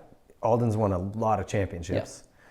But then there's some people that come out of there and just go, not for me. What helped me a lot, obviously, his program, but also the fact that I was with Dungey. We had Jason Anderson also that year. So that was the very first year that Alden started at his property. 14, he was at which is Motor Sandbox now. is that the Nest? I get them all mixed. It was up. it was the Nest, Nest. okay. Yeah, so that's where they were with Villapoto and Kenny. And in 15, that's where Alden started his own on his own property. So it was Dungy, myself, Anderson, and AC. So it was 4 guys. And what really helped me is I was on 250, Dungy on a 450. I was teammate. We would practice together. We would race the same weekend, and it was awesome because all I wanted to do is be like Ryan Dungy, you know. Mm-hmm. So I would learn a lot from him, and he was great to me. It was awesome. He's an awesome person. Yeah. Yeah. And it was fun, you know. I got into his that Alden's program. Yes, it was tough, but it was fun at the same time because we were like a small group, you know. Mm. And Jason Anderson on a 450, that was his first year, I think. Yeah, 15. So Dunge was the top guy. I was on 250. Jason was like a rookie on 450. So it wasn't like, we're gonna talk about it later. It wasn't like if you were all in different points in yes. your career. No one was yes. worried about the other person. It's not like if right now Sexton and Lawrence are trained together. You know what I'm saying? Yeah. So yeah, it worked out great at Alden's that first year. Good 15. chemistry. Yes, and it was new for me. Bike rides together. You know, you meet the guys and do bike rides. You meet at the gym.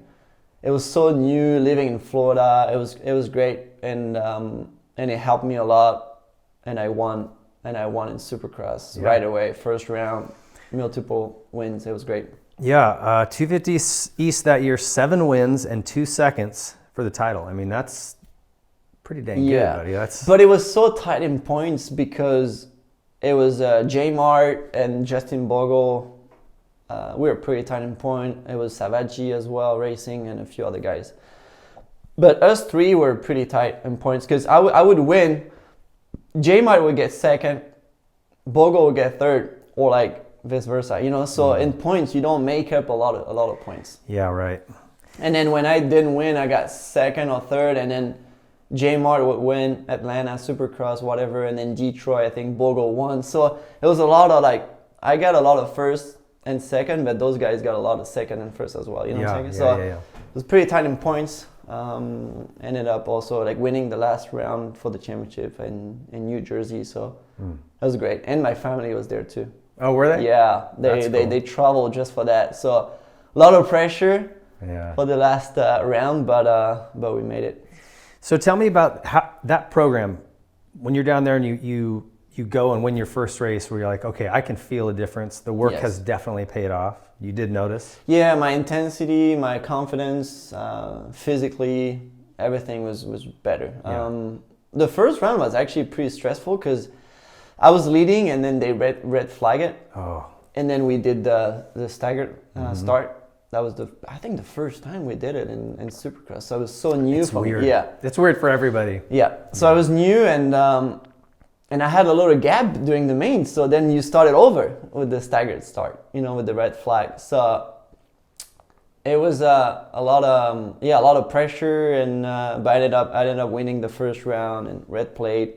Dungy was winning at the same time. So the atmosphere in the team. Very good. Yeah, and we had the same gear at the time, with Fox, 15. So it was one of my best year. That's cool. That's fun. What about? Let me ask you about Florida. Was it a little bit of a culture shock? Because I've been down in that area, and there's not a lot to do outside of just your training and riding, which is good, keeps you focused. Well, that's why I live here now. Yeah, I mean, but the humidity is gnarly. The thing is, in Florida, when I was in Florida I spent 7 years in Florida. Okay.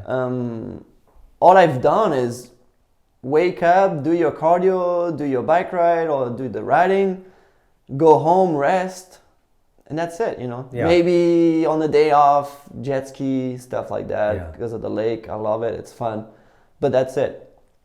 Then if I don't race or I don't train, then what am I gonna do? Like right now, I'm saying. Yeah.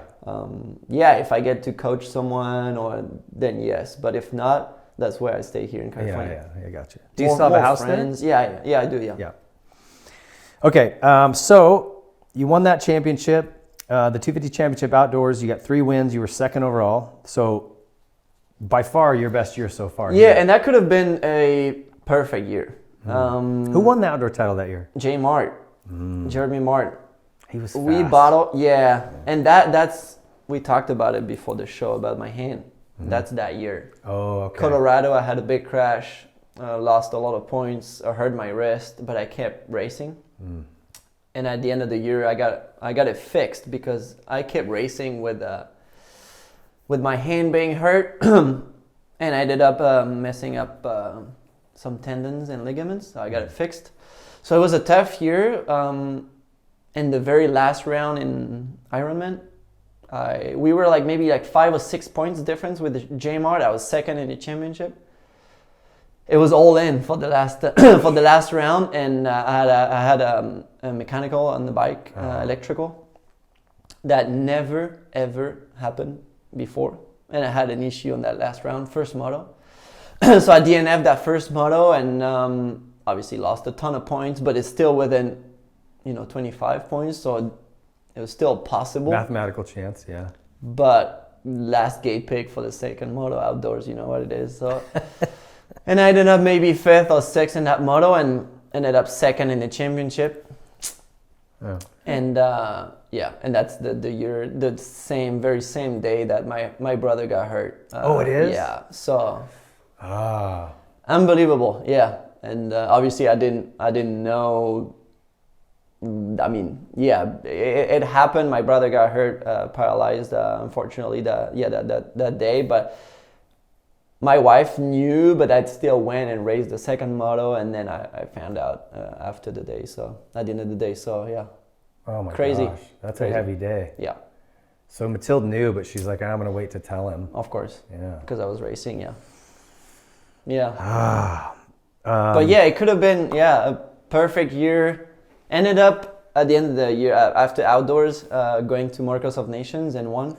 Well, that was my next question. Tell me In about France. that. Yeah. In France, you and Pauline and Febvre. Yeah. What a crazy experience that must have been. Yeah. Was that your first one? Motocross of Does it- Nations, yeah. and my only one. Oh, it was? Yeah. Oh, okay. Yeah. Well, And tell me about that. Simply, it's just basically, I keep saying my best memory as a racer. Yeah. I won championships, races and stuff, but the experience of racing Motocross of Nations in your own country, home crowd, and winning. We had red plates because the year before they won. Yep.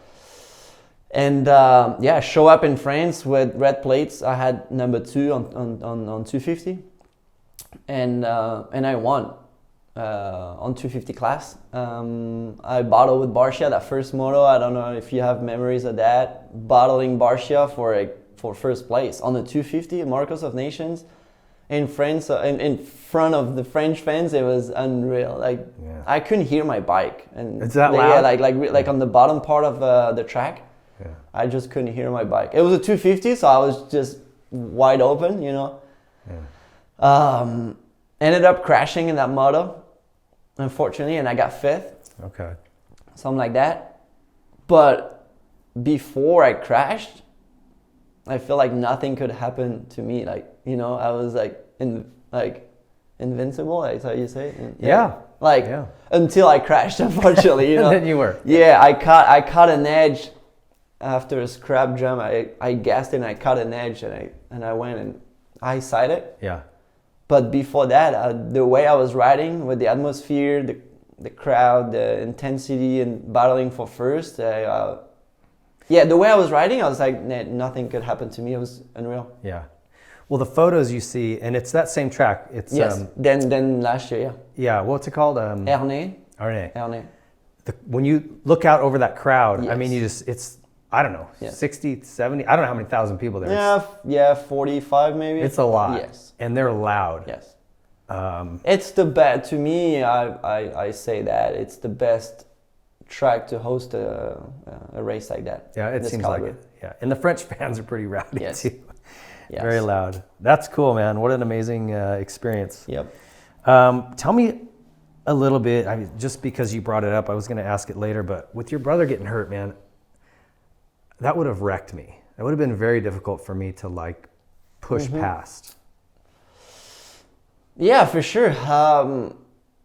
Lucky, I mean, yeah, I want to say lucky that my brother, he is who he is, you know, because, yeah, he just say, hey, dude, please keep racing. You know what I'm saying? Because, you know, I could have said, I mean, I don't know if I was really questioning, but yeah, in the back of my head, I'm like, man, this is like tragic. What happened? And it can happen in any day, even if you don't race motorcycle. Yeah. But unfortunately, my brother got hurt racing supercross and doing what he loved. And so, yeah, questioning it. But yeah, he said, please keep racing. I want to see you success. I want to follow you. I want to support you. So yeah, it helped. It helps.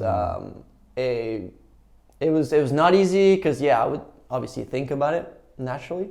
But yeah, it worked out. My brother was always supportive. It was really, really emotional when I won my very first 450 supercross. Oh, really? Yeah. Yeah. And my wife actually called my brother, like right when yeah. Yeah. That's cool, man. Well, how's he doing now? Is he doing okay? Yeah, pretty good actually. I'm excited for him because they're renovating a new house. So Okay. yeah. Is he married?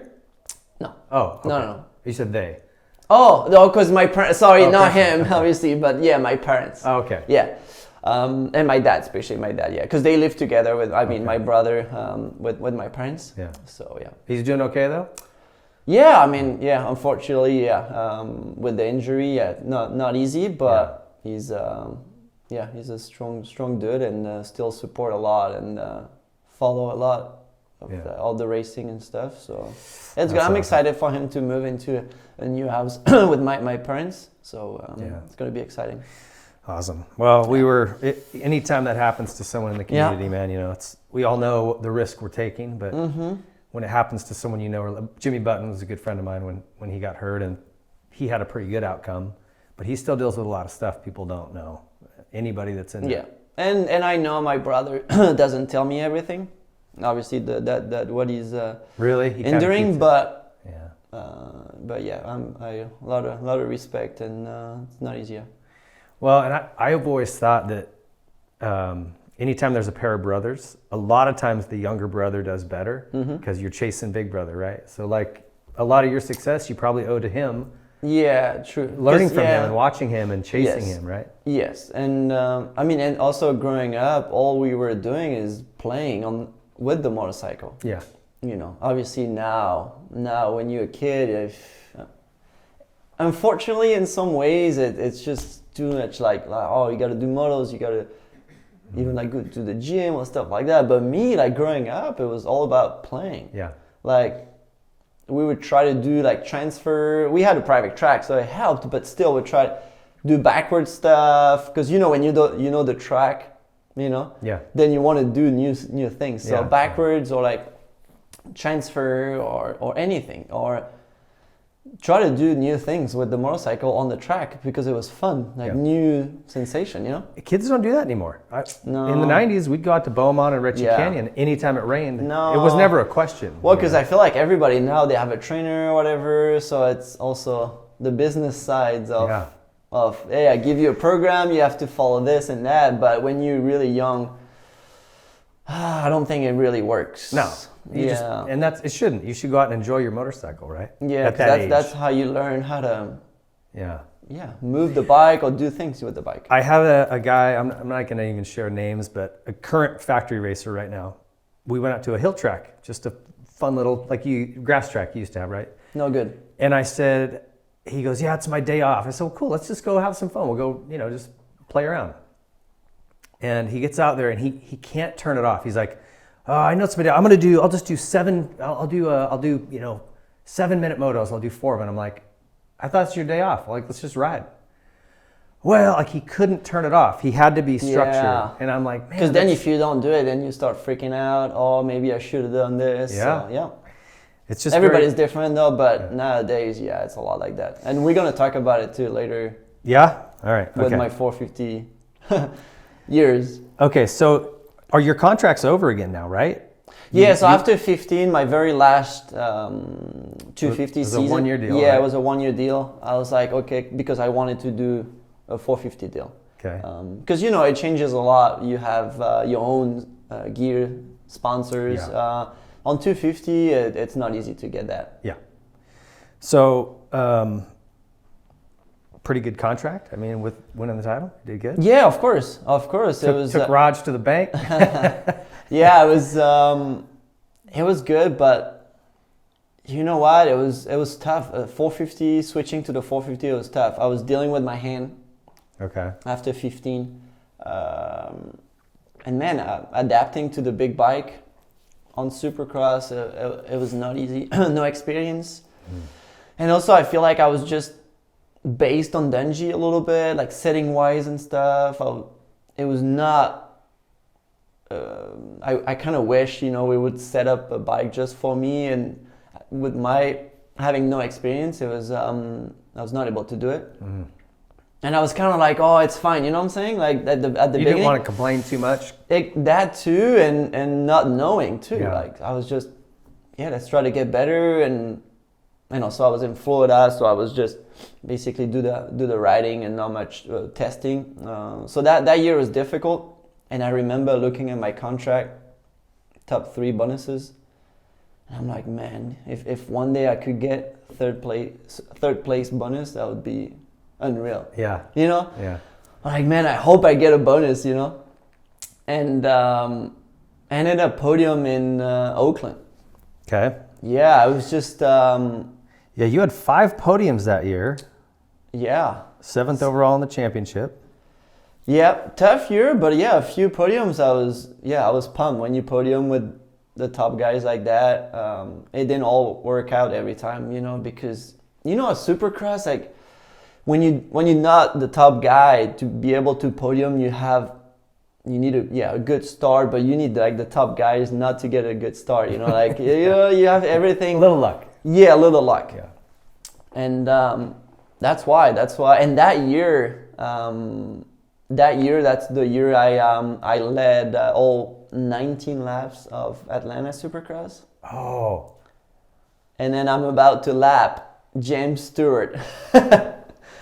Yes. And yeah, I was perfect moto. It was 20 laps, back in 16, and Dungey is right there. I remember wheel tapping the whoops, jumping the whoops. I was loving it, right? But you got Dungey behind. And I was like, let's keep going. And I loved the 20 laps because exactly. Yeah. Okay, 16, 17, 2 more laps. It's easier now than times, right? Now you're still, it could swing a couple of laps either way. Exactly. Yeah. So I'm in a great position, and Dungey is right there, but not able to pass me. And here comes the white flag. But James is right there, James Stewart. Yeah. And he actually looked back in the straightaway. We crossed the start before the finish line, and he looked back, but he had room, so he was like, yeah, I'll be fine. I'll stay in my line. So I follow him through the finish line, white flag. We go through the whoops, and he actually go tight in the corner, and then to move away and go left on the next rhythm section. But I go a little bit around him, and it was like a triple N, pretty tough. And I messed up a little bit the rut, and I slid a little bit, and I missed the triple, and I cased it right next to James, actually. Mm-hmm. And he went double, triple, and I was tripling right away, right? But I cased it. So when I cased it, him was like going triple. But I cased it sideways, and I'm right there, and I don't know where he's at. Oh. You know what I'm saying? Yeah. So that freaked me out. And if you see the video, I'm trying to go to the right, but I'm squirrely, kind of skimming the rhythm almost. And I don't know where Stewart is, and I have Dungey behind. And oh, dude, I don't know how I didn't crash. And I went off the track and Dungey passed me. And that was the last lap. So. Oh my gosh.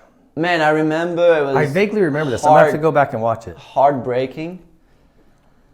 I ended up second, but dude. You were mad. Oh yeah, it was.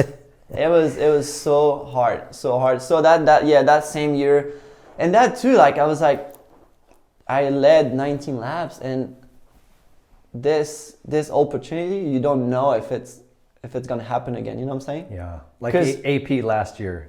That's why. Exactly. Plessinger in Detroit, he was leading. He had a big gap, and he crashed and DNF actually. Yeah. Or I don't know, or like he rolled, but yeah, DNF'd. Almost. Wow. Yeah, he finished probably, but very far. But the thing is, like, probably AP thought the same thing. Like, I might have just given away my one chance. Exactly. Yeah. Is it gonna happen again? Am I gonna be able to be in that position where I'm leading and no one is right there passing me or whatever? That's how I was in that situation, and dude, I remember crying like. Fuck, it was so hard. Yeah. So hard. And I ended up not winning. What was Dungey saying afterwards? Was he like, hey, sorry, man? Or did he say anything? Dungey he already won a few championships. Like a championship the year before. He was leading the championship that year. So, and we were really close. Yeah. Still training together and teammates. So he said, your time is coming. He said, you're doing good. Dungey always been good to me, and I respect that. I could see him feeling bad though, like going, "Hey, sorry, man," Yeah, for sure. Yeah, for sure. And there was more to come, actually. Okay. Okay, so what about outdoors that year? You were 7th overall in the championship. Supercross, yeah. So outdoors. Outdoors. 5 podiums outdoors, 3rd overall in 450 outdoors. So that's for a rookie season. That's great. Almost got a win, but lots of podiums. Yeah. Kind of, to me, anytime you're on the box your first year, it's like, okay, he's a player. He's adapted. It's not going to be a problem. And you were indoors and out. Yeah, I don't have a lot of memory actually of outdoors that season, but a few podiums. Yeah, it's good. It's right? always good. Yeah, for sure. Before we pass it too, I wanted to bring this up. You are undefeated at Straight Rhythm. What was it about that event that? We did the first test at McGrath Ranch. Yeah. I don't know if you remember those images, but dude, it was so awesome. But before to do the test, when Red Bull came up to us and said, hey, we're going to do a straight line, like a race on a straight line. You're like, Like when you never seen the actual track, I want to say, or the concept, you're like, dude, that's going to be so weird. And I remember I flew in a helicopter to there from Corona test track to MC Ranch. That was sick. I remember Dungey was actually scared to jump in the helicopter. Oh, he was? Because he went in a helicopter in Red Bull in Austria, and I guess that was crazy because they did flips and stuff. And then after that, Dungey was like, oh, I'm not going in a helicopter. And I was like, no, I'll take your spot. I'll go. And it was Stuart in there too. So it was me, James, and the pilot. Okay. So we flew there and we did the test. They built the straightaway. It was awesome. Awesome because, whoops, rhythm section, big jumps, scrub jumps and stuff. It was just awesome. Well, especially the last one on the beach was such a fun vibe. I mean, I know that's a lot of work to pull off. I don't know how they even did it. Yeah. But it was not easy on 2 strokes. No. On the 250 2 strokes, I had to. They've done it for a few years, and I missed a few years on the 2 stroke, but I did it last year. And I remember I had to train a little bit or get adjusted. So I did maybe 2 days on it, and but dude, I was like, this is not good. Riding a 250 when I'm used to 4 stroke and switching to 450. I was like, the first lap, I was casing everything. Yeah, or no engine brake, no, the response is just so different. Well, and you guys were using the fuel injected bikes, which have a different character. They're still kind of figuring that out. It is so different. Yeah. So, Yeah, it took me a while, but we have a lot of practice when we do straight rhythm, which I don't really like because I learned the track pretty quick. You know, I get the rhythm down fast, or like the scrubbing, or where to push and where to be safe or whatever. And I wish there's less practice. Even in supercross, same thing. But you're quick at figuring it out. Yeah, but straight rhythm, it's even worse because the other guys, they figured it out also. Yeah, it gets harder the more they ride it. Yeah. Was there other events like that you did that you enjoyed? Because, you know, when you're racing, when you're in your career, you don't get to do a lot of fun, different stuff. No, honestly, no, it was all about racing. And that was just because of Red Bull, really. Otherwise. Yes. And at the end, it was great. Yeah. Yeah. I enjoyed doing off-season races like Bercy and Geneva for sure. Yeah. Yeah. And you would do those, just Bercy, Geneva, Madrid, some of those here and there. Madrid, I did it once, but like for a few years, I did the Geneva and Bercy. Yeah. Okay. All right, we're going to jump into 2017, and there gets some really interesting stats here moving forward. But first, we're going to take a little break. This is your Troy the Designs Timeout. Stick around. We'll be back here with more Marvin Musquin. There's a new product on the market that's going to help you with your riding and racing, and it's Elevate Action Sports.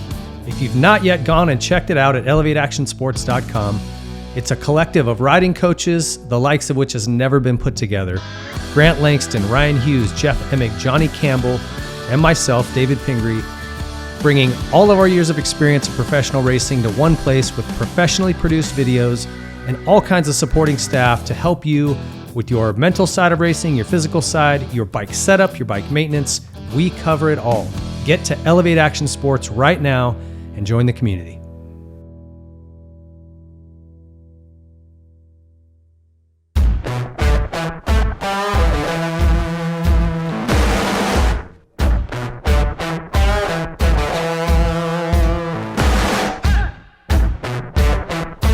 Dunlop. There is a reason every AMA championship in the past decade was won on Dunlop tires. They are the best. Choose the best performing tire and a brand that has never wavered in their support of our sport. Choose Dunlop. Pro Circuit. Pro Circuit products are designed with one goal in mind: winning. Through passion and hard work, Pro Circuit has operated the most successful 250 team in the history of the sport. They use that same formula when developing exhaust, engine, and suspension parts for every brand. When only the highest level of performance is acceptable, trust Pro Circuit. Since 2009, Seat Concepts has been dedicated to making the best aftermarket seats. More comfort, more grip, more riding. For 10 years, we've continued to raise the bar. Innovation and American craftsmanship make Seat Concepts the world-leading manufacturer of power sports seats.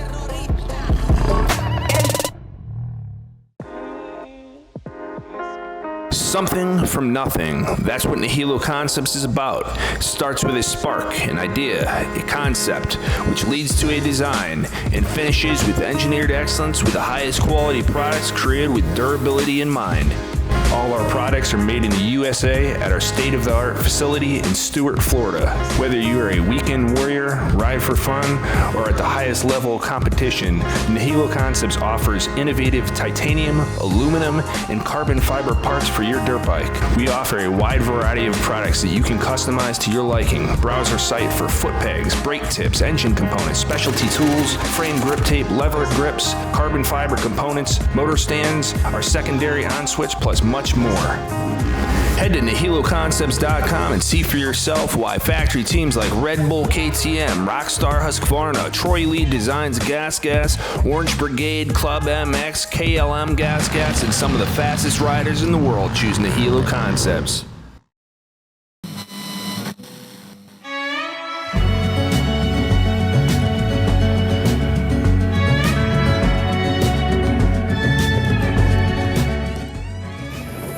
Specialized Bicycles.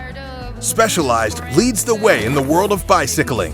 Whether it's cross-country racing, downhill, e-bikes, enduro, road, gravel, dual slalom, dirt jumping, or all mountain bikes that do it all, Specialized has the perfect ride for you. The brand is synonymous with engineering excellence and innovation that steers the industry.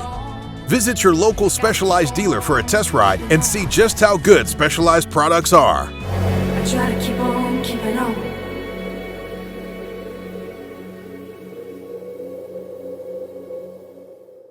With a rich history in motocross, ProX has been dedicated to supplying quality components since 1975. Whether you're rebuilding an engine or just need a new chain, ProX Racing Parts aims to bridge the gap between OE quality and affordability.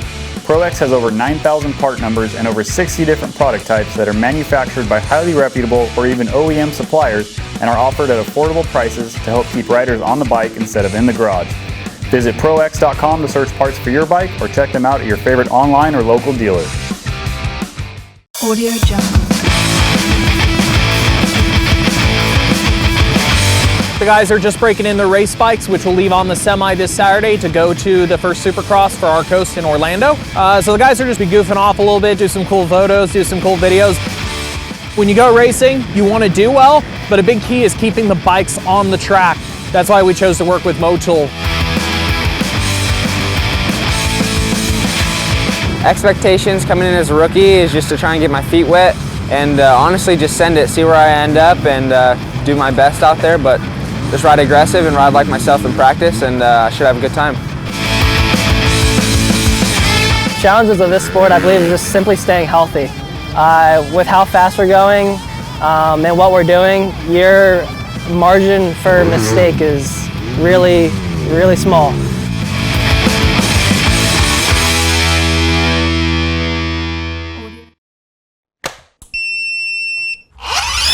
A lot of us have been talking about the Stasic generation of riders, and you forget how quickly things can change in a sport that is as young as motocross. That's 6-7 years that these bikes have been around training riders. So we have a Stasic generation out on the racetrack. A lot of those riders surely were raised on Stasics, and the skills they show are next level. All the things that coaches have been teaching riders on larger motorcycles for decades, they're doing it younger than ever, and it's hard to believe the Stasic generation is already here. I'm on vacation every single day, cause I love my occupation. Ay, ay, ay, I'm on vacation. If you don't like your life, then you should go and change it. Ay, ay, ay. All right, welcome back. That was your Troy Lee Designs timeout. We appreciate their support of this show and everything we do here. Check those guys out. They've got the helmet paint department up and running. Lots of new gear out, mountain bike gear. So check out TroyLeeDesigns.com when you guys get a chance. Marv, let's get back to your story, buddy. So, 2017, did you sign a 2-year deal then for the 450, or was? Yes, yeah. 16, 17. 16, yeah. 17. Every time besides 15, the my very last year on 250. Yeah. After that, it was 2 years. Okay. So, after 2016, you had podiums like we talked about. You're kind of dialed in. Any change in your program going into 17? No. Same thing? deal. Still with. Down in Florida with all? Okay. Yep, I spent 7 years at Alden's. Mm. Yep, so... and was Frankie always your mechanic from the very beginning? Not in my first year, okay. But from 2012 to 22, end of 22, okay. was Frankie. Okay. You know, he was my mechanic one year. Really? Yeah. I didn't know that. 2002 at Plano Honda.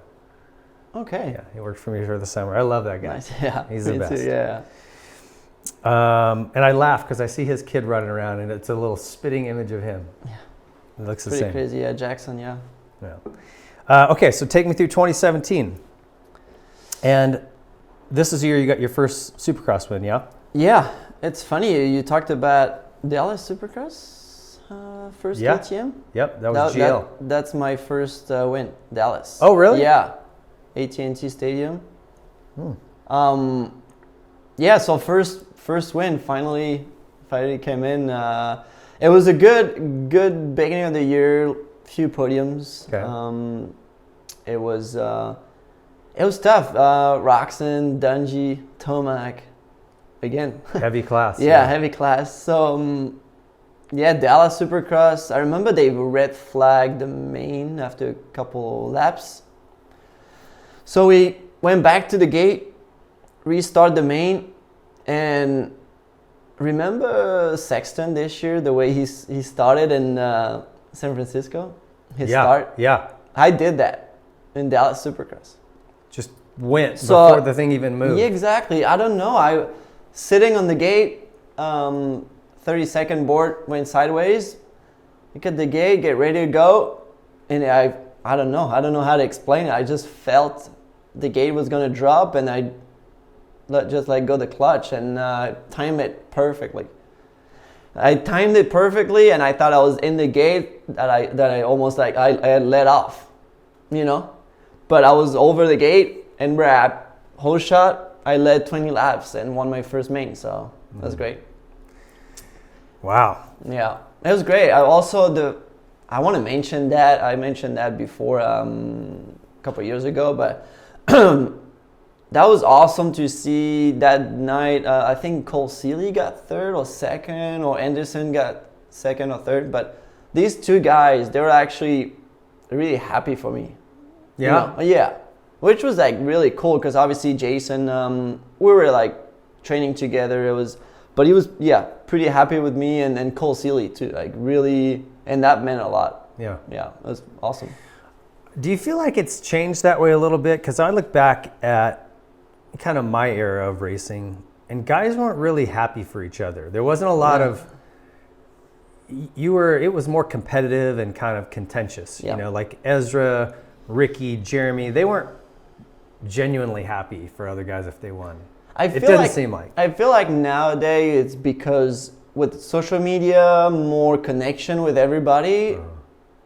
Each rider, they know other riders' stories, you know, like, or what happened to them, or like they got injured, or it's been a while that they chasing a race win, or you know. I think that's the difference. That makes sense. Knowing the person more. Back in the day, I don't, you know, maybe they wouldn't know. Now with social media, you share so much. Feel a little more connected to everybody. I don't know about connected, but they know more about the riders. So I feel like, obviously AP, his story, then people, they were happy for him. Yeah. And I will say, you and AP are two like genuinely really nice guys. I don't think there's a lot of enemies you guys have in the pits. Yeah, no, You for know? sure. For So, sure. that But makes also, sense. when I think If about Vince Freeze got to win, I don't know if everybody would be hit. right. No, but I never thought about it. It's funny, I think about it right now, but maybe they, like, especially like Cole Seeley, because my brother got hurt maybe a couple years ago, he knew about that, so he was probably happy for me to get my first win. Maybe. But sure. also the fact that was my very first win, they were pumped, so it was great. Yeah, it's special. That puts you into the record books in a way that very few people make it. Yes. And because you never know. Like we talked about the one I missed the year before with Danj passing me on the last lap. You're like, man, I'm going to be able to do it again or not? So finally I did it, and whew, like, man, at least I have one 450 race win in Supercross. That was my goal.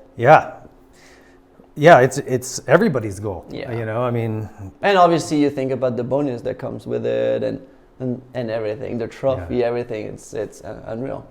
What is a bonus for a Supercross win right now? For a 450 rider? I think average is 100. About 100. Yeah. Championship's about $1 million. Is that about right? Average, maybe more. Some teams more, or some riders, I would say. Yeah. No teams really, but riders, It's good money. Okay, so take me through the rest of that season. 2 wins. Where was your other win? 2 wins, 17. Man, I thought you took all those notes. Well, I know. So that's my bad. I'm joking. I figured you'd remember your wins. You guys want to take a short break? We'll look at it. No. And you got 4 wins outdoors. 2nd overall. 3rd overall in the Supercross Championship, 2nd overall outdoor. Like, great season for you. Man, the other win in 17, maybe Seattle. Okay. Yeah, maybe Seattle. So the story too, talking about Dallas Supercross, my first win, Frankie was not there. Oh, really? Yeah, because his wife was pregnant and she was about to give birth. So he missed Oh my gosh. Dallas Supercross, and I got my first win. Was and he you're so like, bummed? No way. Yes. Okay, so now talking about that, my second win was Seattle, and he was there. So that's okay. That's why I remember. That's why I didn't take the And notes. I wanted you to yeah, get right? there. And now I do remember going to Frankie after the main. I was so pumped that yes, you're here, and I won again. You know that my second one, and then you're here because I love Frankie and everything he does. He's so passionate for his job, and man, I owe him so much. And you know what?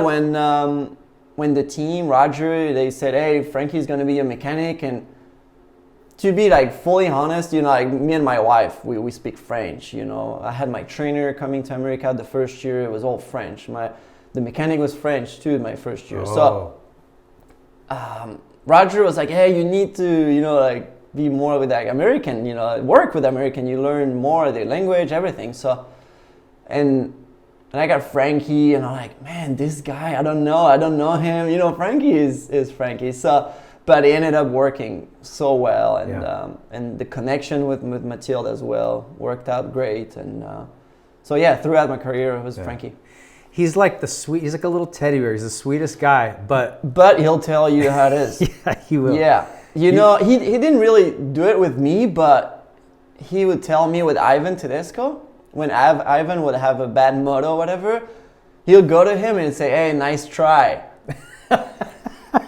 And that's messed up. That's messed up. That you come back from a race, but at least Frankie, you tried. like he would do it at Ivan because he could, but maybe to me, maybe I would maybe get mad or whatever. So he didn't really do it, but man, it's funny. Yeah. He and Ivan were pretty close, so that makes sense. But that's funny. So it was really good to get a win with Frankie. Seattle Supercross. I don't know if you remember my celebration.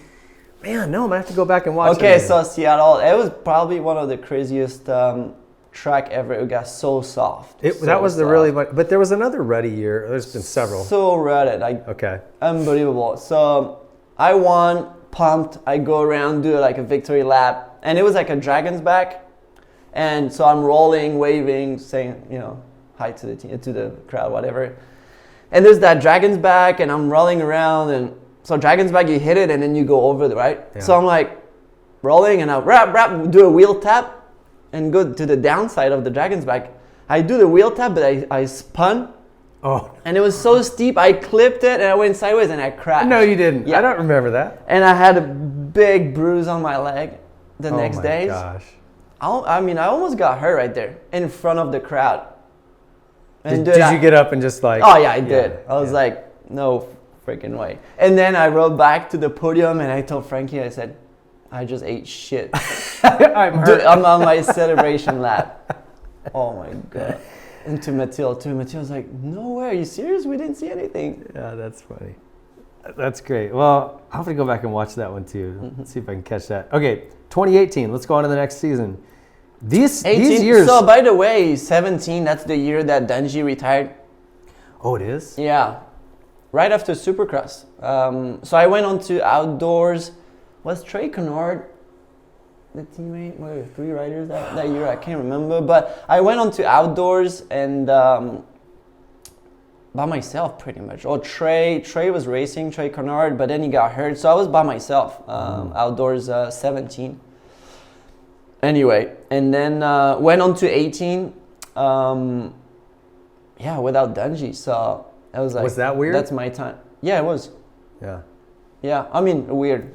I mean, yes just, and no, just different, but right? yeah, it was different. Yeah. Not having Dungey. I think Brock Tickle was my teammate that year, 18. And that off season, before 18's season, I did straight rhythm. End of 17, I won. I went to Geneva, I won. I went to Paris, I won. Remember that? And then, so everybody was talking about it. Oh, Marv's winning everything, even though it's like off-season races. And then I went to A1 and I won. That's a lot of one. So that's the year Tomac crashed and like broke his pants or whatever. He tried to remember Oh, that? I do remember that. Yeah, he stopped. So Tomac was leading, and I came back to second, and I got into the lead when he crashed, and I won. Okay. Yeah. Good start to the year. Good start, and then the second round I dislocated my shoulder. Oh. That's that year. So red plate, we go into Houston. That was the first year that was weird. We went to Anaheim and straight to Houston for the second round. So sticky dirt and stuff. I was not comfortable and I was not doing good and messed up in the whoops and went down and dislocated my shoulder and couldn't race. Has that ever happened to you before? No. Prior to that? No. No. Okay. But So they put it back in at the track? Yeah, they did. Yeah, on the track. When I got off, the guy put it back in, but no way I could have rode before. Do you ever have shoulders? No. So all your muscles and tendons and stuff get so like loose and you have no strength after that. Right. Even though you put it back together right after, I was like, there's no way I can ride right now. Yeah. So I didn't even line up for LCQ, nothing. That was the heat race. So that's the second round. I'm leading the championship. Even Tomac got hurt that he also missed that race. That race? Yeah, he tried to ride, he dislocated. I think it was a shoulder or something else too. And he tried to ride, that was probably from the crash the week before at A1. Okay. And he missed a round. So I came back to that. I remember the third round was a Triple Crown, A2, all taped up on the shoulder, rehab all week, treatment. And ended up at the end of the season second with like within a few points from Anderson. Yeah, well, I was going to say you had a DNF, so that would have been Houston. So yeah, obviously with that could have been a championship. We fought pretty good with Anderson and got second. Marv, do you look back at a season like that and does it bug you? Do you think about that? Like, gosh, if I'd have just made these points, if I could have just not crashed and... I mean, yes, but I don't lose sleep over that. I mean, I think about it if we talk about it, but it never like popped up and like, oh shit, that year, this and that. No. Yeah. I mean, it is what it is. You can't change it. Okay, so outdoors, 3 wins, second overall, and this was wild to me. You podiumed every round but one. Outdoors? And you were 4th. You were never worse than 4th. Dude, I don't remember all that, but... That's crazy. Yeah. And I mean, I would tell you normally that's a championship. That's crazy what you say right there. No, your worst finish was a 4th. You had 3 wins, and you were on the podium every round except one where you got a 4th. 4th in a championship? And you didn't win. Tomac won. Yeah. I mean, Tomac won, almost all of them. And yeah, those outdoors seasons, they were tough. Definitely Tomac was more consistent, more wins, and won championships, multiple championships. But if someone told you that, hey, you're going to get 3 wins this year, dude, you're only going to be off the podium once and it'll be a 4th, you'd be like, I'm going to be champion. I can't believe it. I think a lot of times you would think that. Yeah. That's a crazy stat to me. Yeah. But I do remember when, outdoors, when you get a win, that means a lot because, Tomac was on it. Mm-hmm. Probably Roxanne sometimes. And it was good battles, and you're happy when you beat Tomac outdoors. yeah, you are. Anytime. Yeah. Okay, so... Was it 7... we didn't talk about the one year I raced Ironman with Hurlings. Remember that? What year was that? I think it was 17 or 18. It would have been... Eli was wrapping up the 18, title, so it was 18. Oh, shit. Dang it, all those years. Well, I mean, it's a good problem to have. That means I raced a lot of years. You did race a lot of years. Well, it was one of those years because Eli was wrapping it up, and I remember thinking, well, he's probably doesn't want to push too hard. Yeah. Because, which sucks. I would have liked to see everybody just throwing down, Yeah. But. So that year when Hurlings raced one round and you won, and I battled with him the first moto. I was with him the whole moto. I got second, he won. And the second moto, I got a good start, and I was leading. And he had a really bad start. He came back to second, like crazy. But I had a big gap, and I crashed 2 laps to go. Oh. Yeah, and the rollers. Did you know Hurlings from Yeah, GP days? of course, a little bit. And it's funny because I think last year he posted an old pictures of that race, and I comment and I on his direct message, like private message, I said, I gave you that win, you know, and he was laughing because I crashed. I was leading and I crashed 2 laps to go. So, but it was cool that he came over. Do you speak any of the languages besides English and French? Okay. You No. guys in Europe, sometimes you speak 3-4 Yeah, languages. there's I mean when you GP is obviously English, but a lot of Spanish, Italian, Yeah. Belgium. Okay, so this was another contract, right? 2017-18? Or no?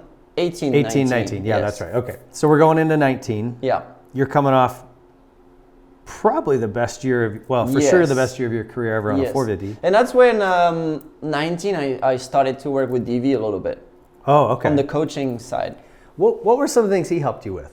I'm always curious about how, when you guys are Just talking, the it's always in touch, French, like so I can just the riding Technique. lines, bike positions on the track. I learned a lot from him, and I wish I started earlier. With him. Yeah, more. I mean, obviously 18 when I got second in the championship. DV would have helped me a little bit. He's a student of it. Yeah, he studies every and he little loves thing. it too. And I feel like that's also why I like coaching, because I learned from him.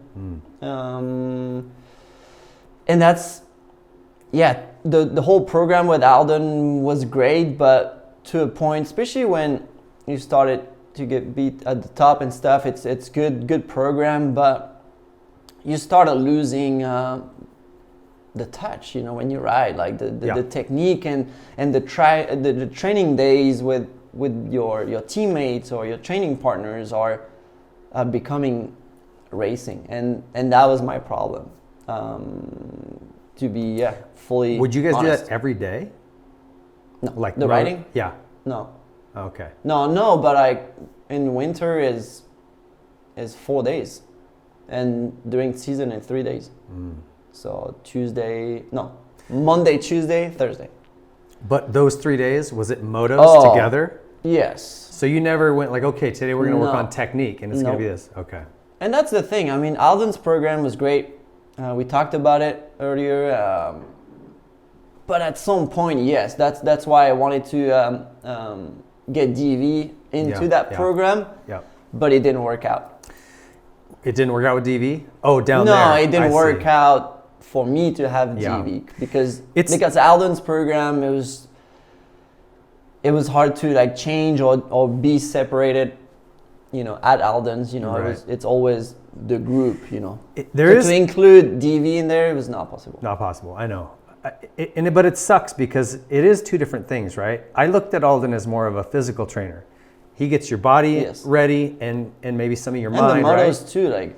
Yeah, that all is part of that. Included. But technique and your, you know, the technical aspect of actually riding, that's totally different. And I don't think Alden's got the background to really be helping he right? knows. He'll tell you. Yeah, he'll tell you, and you kind of have to yourself figure it out the technique when you do the work, the laps and stuff. So. But you know how that is, Marv. Like if I say, okay, I need to work on having my index finger on the clutch in the whoops. Yeah. You're not going to do that when it's like, all right, guys, we're doing a gate drop and 20 laps. You're full speed ahead, right? You're not thinking about those things that you have to slow down and focus on specifically. No, you got to do it on your own by yourself and do it over and over and over, and then maybe only the whoops. Yeah. You can't do the whole track. I mean, but yeah. Alden program is like that, and then you would have to do it on your own, doing the motos and learn from that.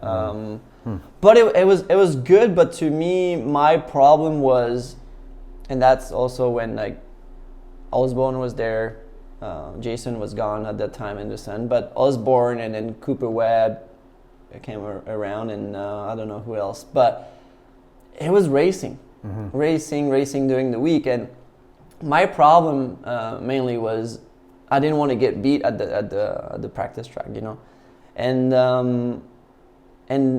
Dungy was good at it. If Dungy was slower than me, I was faster than Dungy at the practice track, but it wouldn't really affect. I mean, it did affect him, but he would take it better than me, you know. Like he would he does the lap. He said, "Oh, it's okay." Or he would get pissed off too, but still he would do the work and apply himself. Me, sometimes I would get mad and then not do the right things on the riding.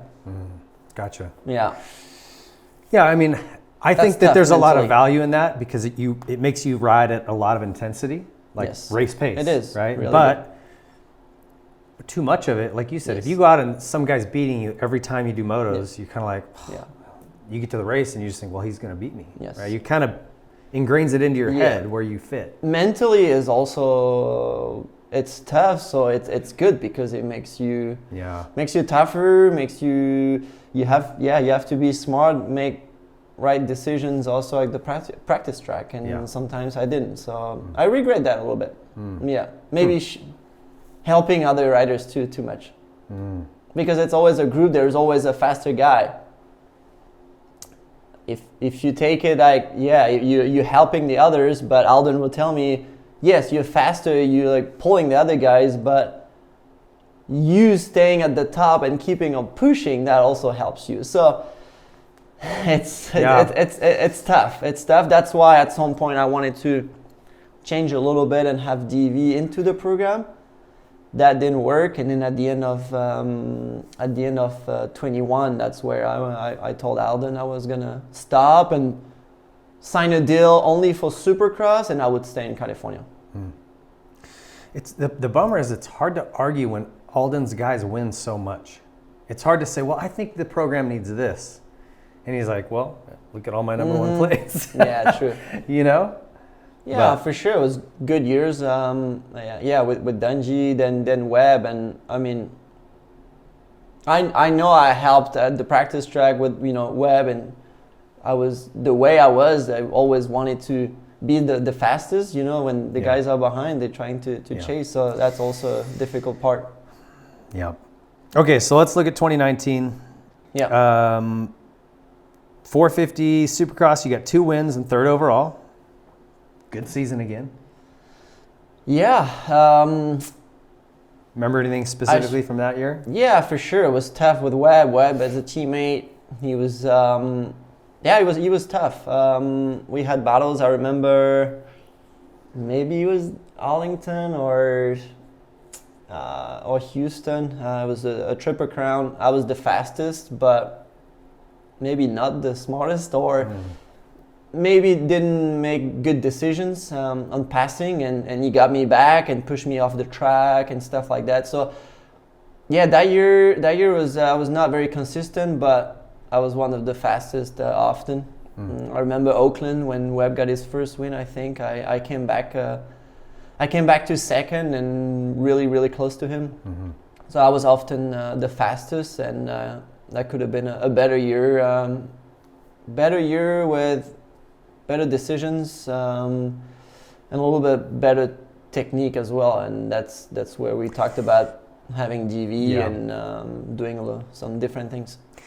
Is Webb frustrating to race sometimes? Like, he's so good at the end.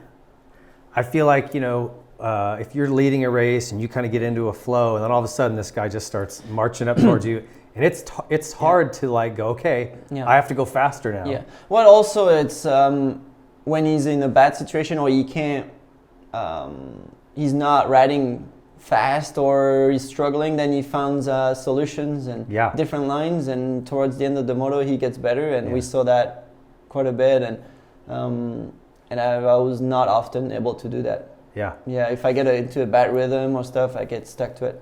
It's a special skill. Like, it's a talent that he has, for sure. That's why I just thought it would be frustrating.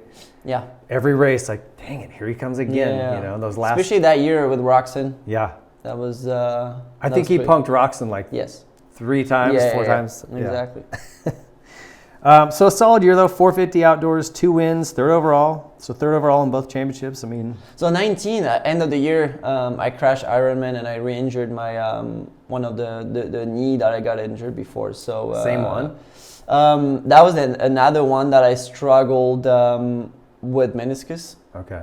And then the last round of outdoors 19, I crashed and and hurt it again. I tried to come back from that after a few weeks or month of rehab, tried not to get surgery.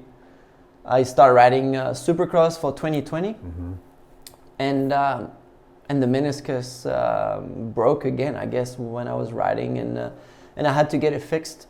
So that's why I missed 2020. Supercross. Yeah. Did you remove the meniscus or did they suture it?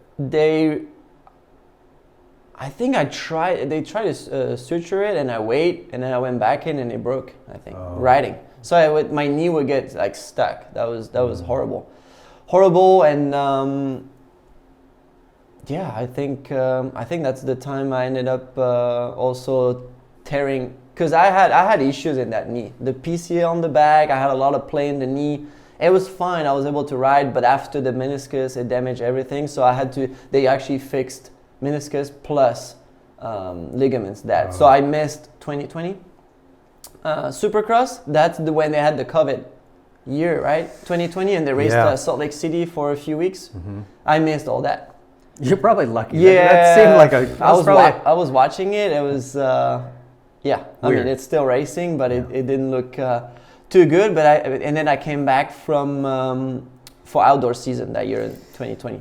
And you were 4th overall, so it was a decent year outdoors. You know, which to me is always tough. It's tough to come back from an injury and just jump right in and be competitive. Yep, and I was actually, I think outdoors to me for a knee is actually easier. Maybe it doesn't sound like it. But for me, with meniscus and a lot of like G outs and pressure, I didn't think I could come back riding supercross after that injury, and so much done in the knee. I was afraid of like G outs and stuff in supercross, so I was actually glad to ride outdoors and build back up, and then after that I was able to get back to supercross for 21. You never felt like when you'd put your foot out in a rut or something, be worried about catching it? At first, always, yes. Yeah. But then your knee gets stronger, and it's a lot in the brain. It's a memory thing, I feel like. But at first, yeah, your leg, first of all, you don't have a lot of strength to like pull your leg up, you know, in the corners.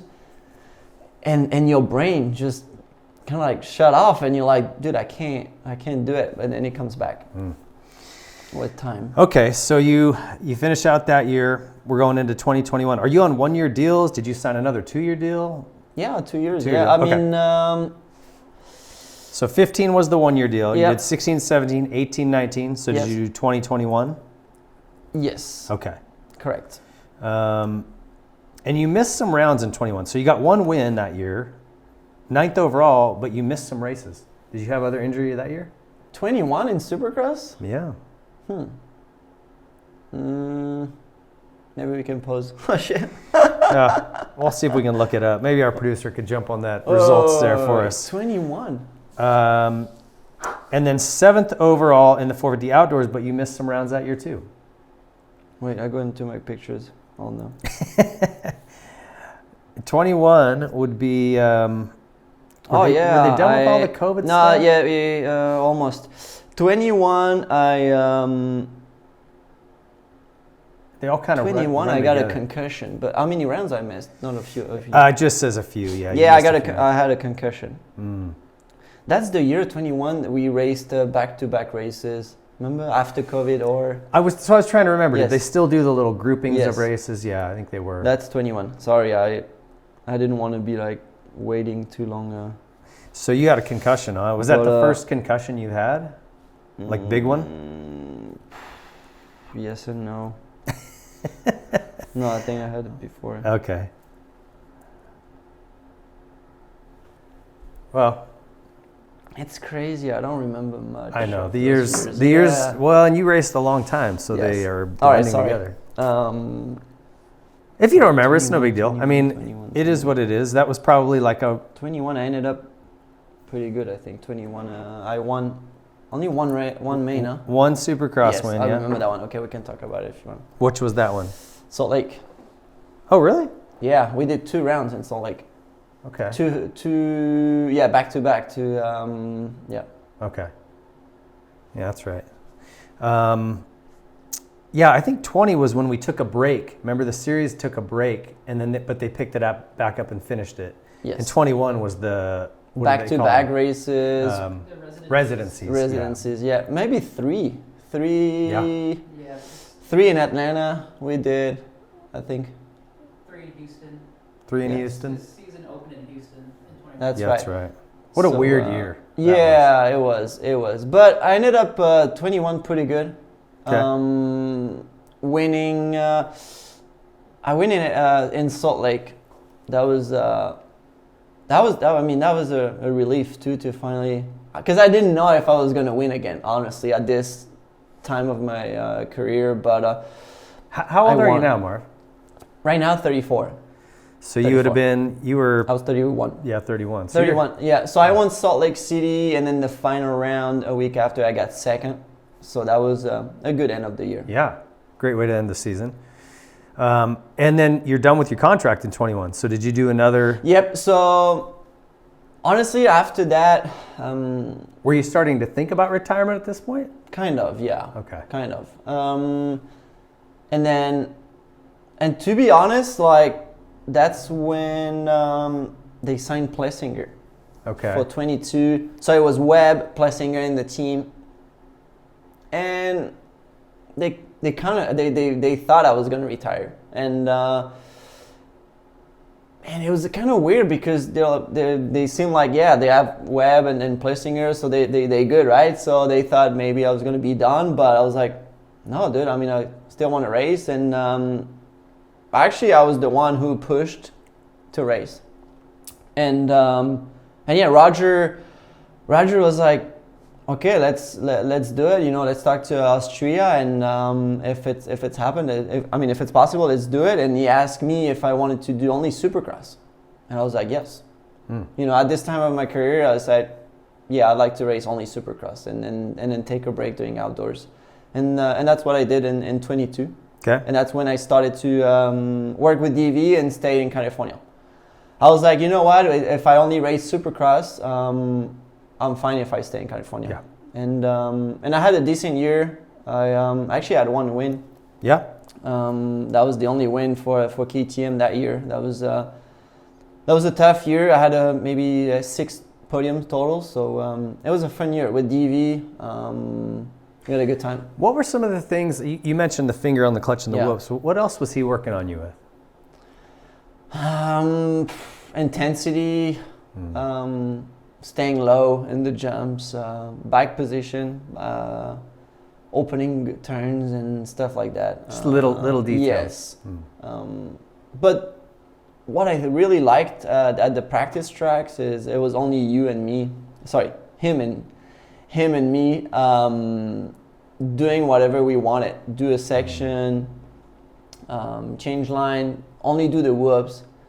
One day he would make me do the whoops one way and then the other way, back and forth, non-stop, or like do like a tiny track, or like hybrid track, how you call it. So, and I remember one day I was doing the whoops over and over, and I stop, and he goes, no, you stop when I tell you to stop.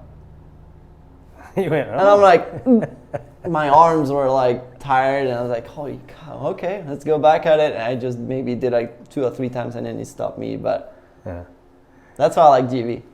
You know, he's fun and to be around, but he like to do the work, and he tells you how it is, and that's it. He won't sugarcoat things. Exactly. He would come in and say, nice try. Yeah, kind of Frankie, for sure. That's what they actually like each other, Frankie and Do GV. they? Yeah, I'm sure. But yeah, GV will tell you if it's good. He'll tell you it's good. Yeah. But he won't say, dude, unbelievable. You know, like, dang, congrats. Like, he was happy when I won, because for me, I'm at this stage of my career. You know, at the end, he knew like how important it was and how hard it was to get a win. So he was really happy and emotional, actually, and it's very difficult to see that from DV. Yeah. But yeah,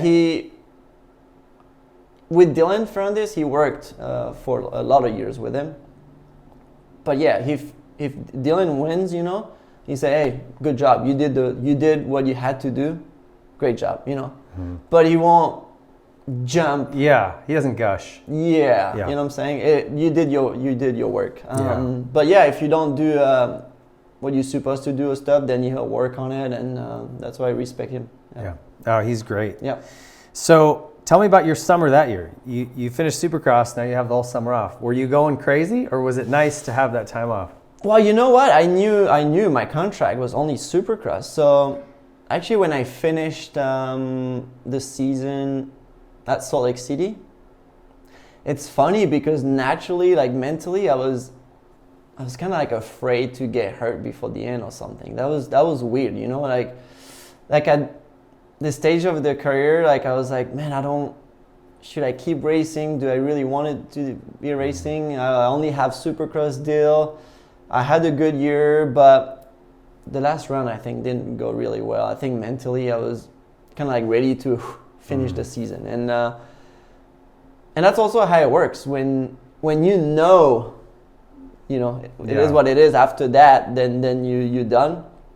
It was a little heavy mentally, and I was actually like really happy and exhausted after that.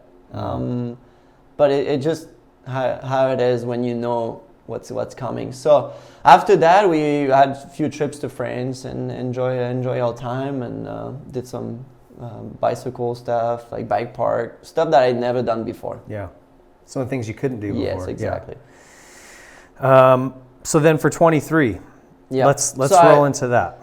So same thing as the year before. It's kind of like they thought I was going to be done. Obviously that year, 22, Webb had issues, and I think at some point he stopped racing. So I think St. Louis, when I won in 22, that one I was by myself.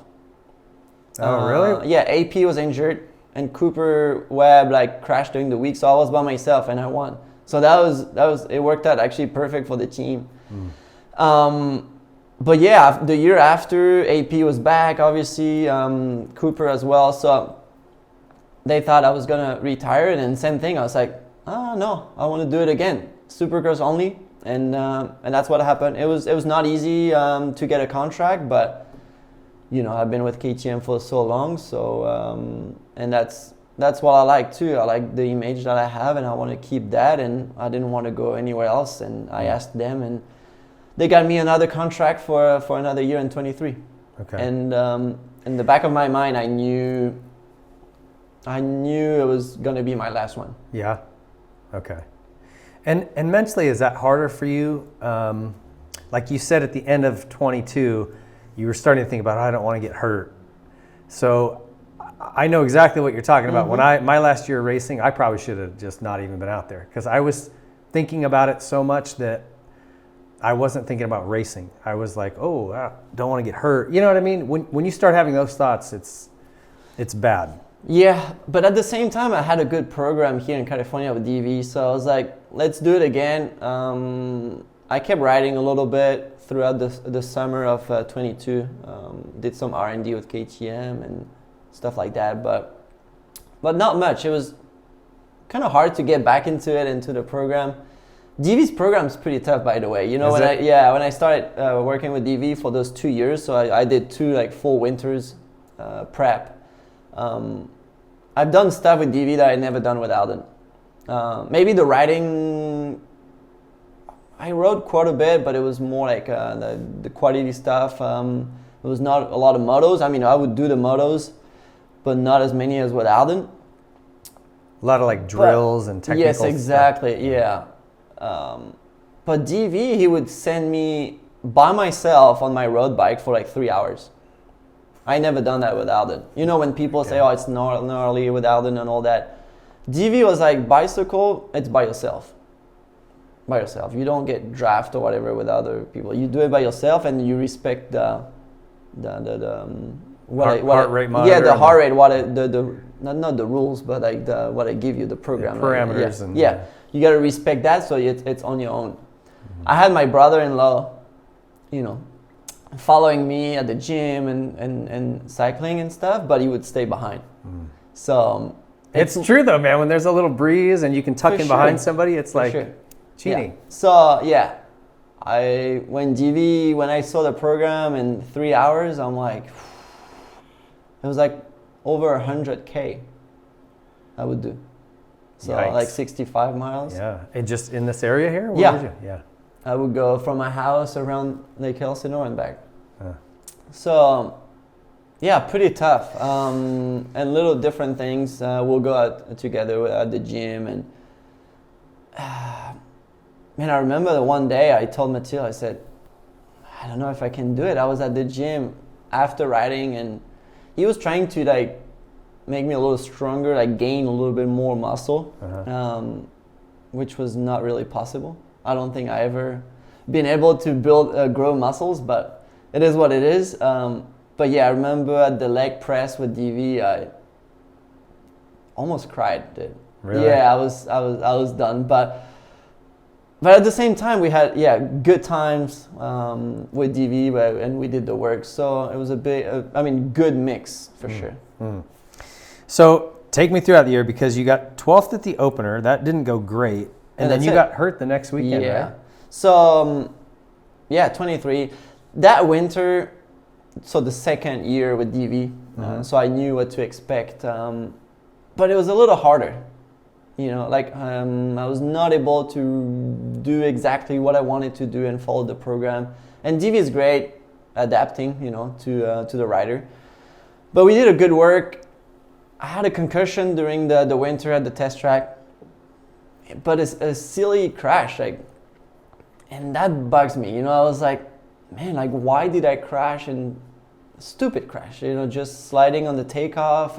It shouldn't happen. I was riding great.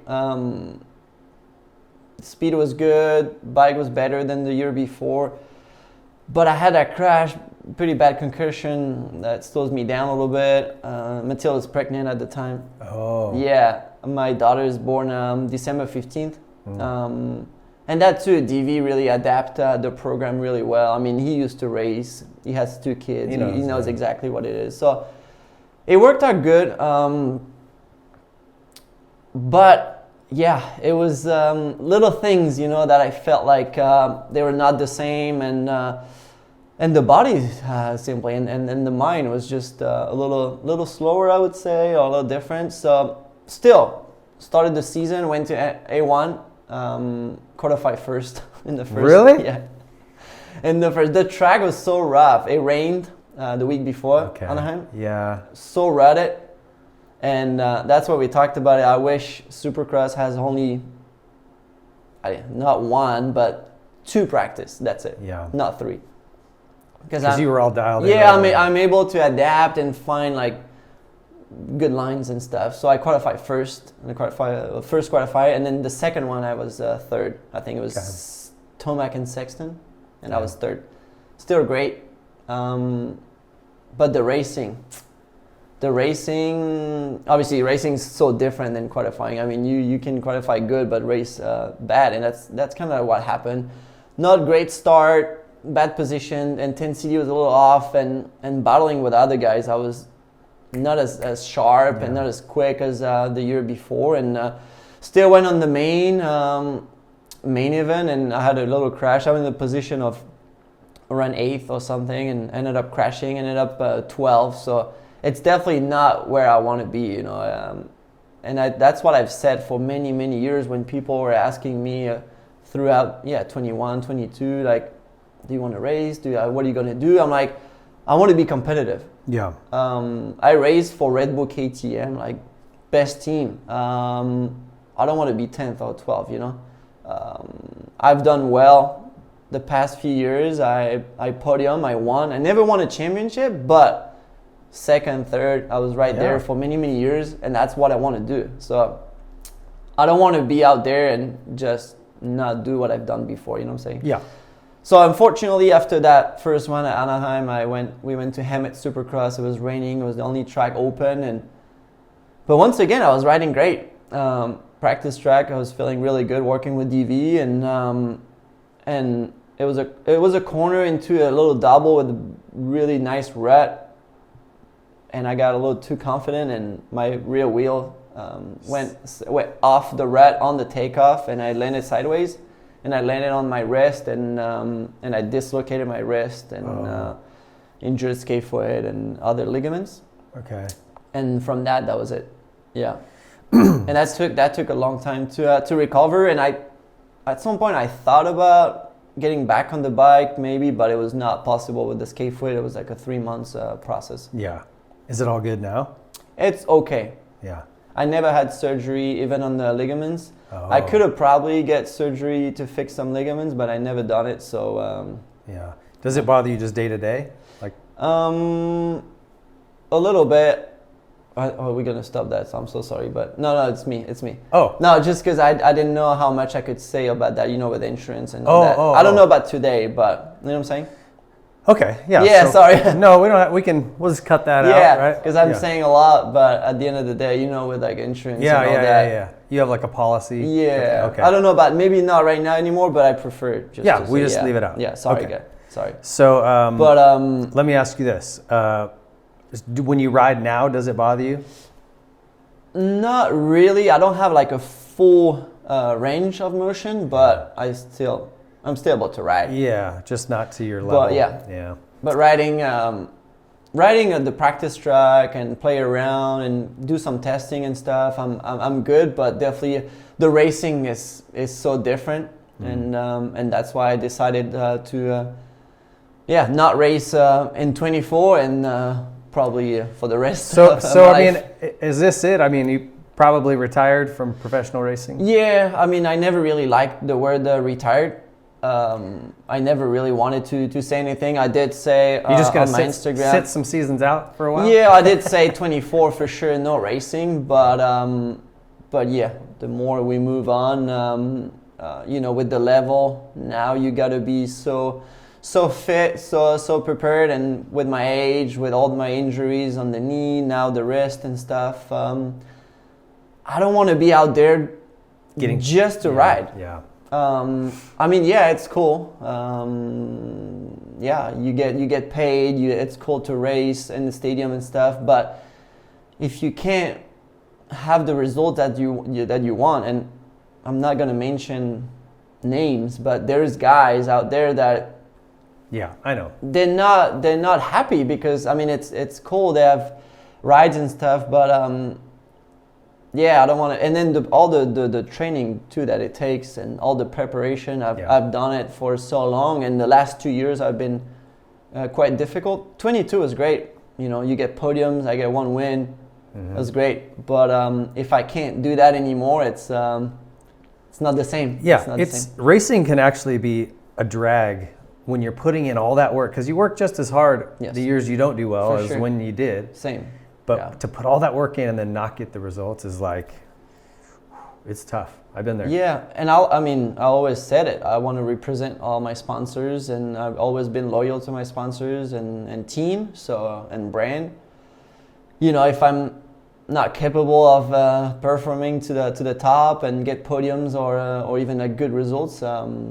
It's not worth it for everybody that works behind it. Yeah, I know it's not fair to them, but it is hard to make that decision, Everyone. It is, but that injury, forced me a little bit to not come back. I was not able to. I thought about it, but the healing time on the wrist was way too long, and to get back in the middle or at the end of the season when everybody is at the top, it takes a long time.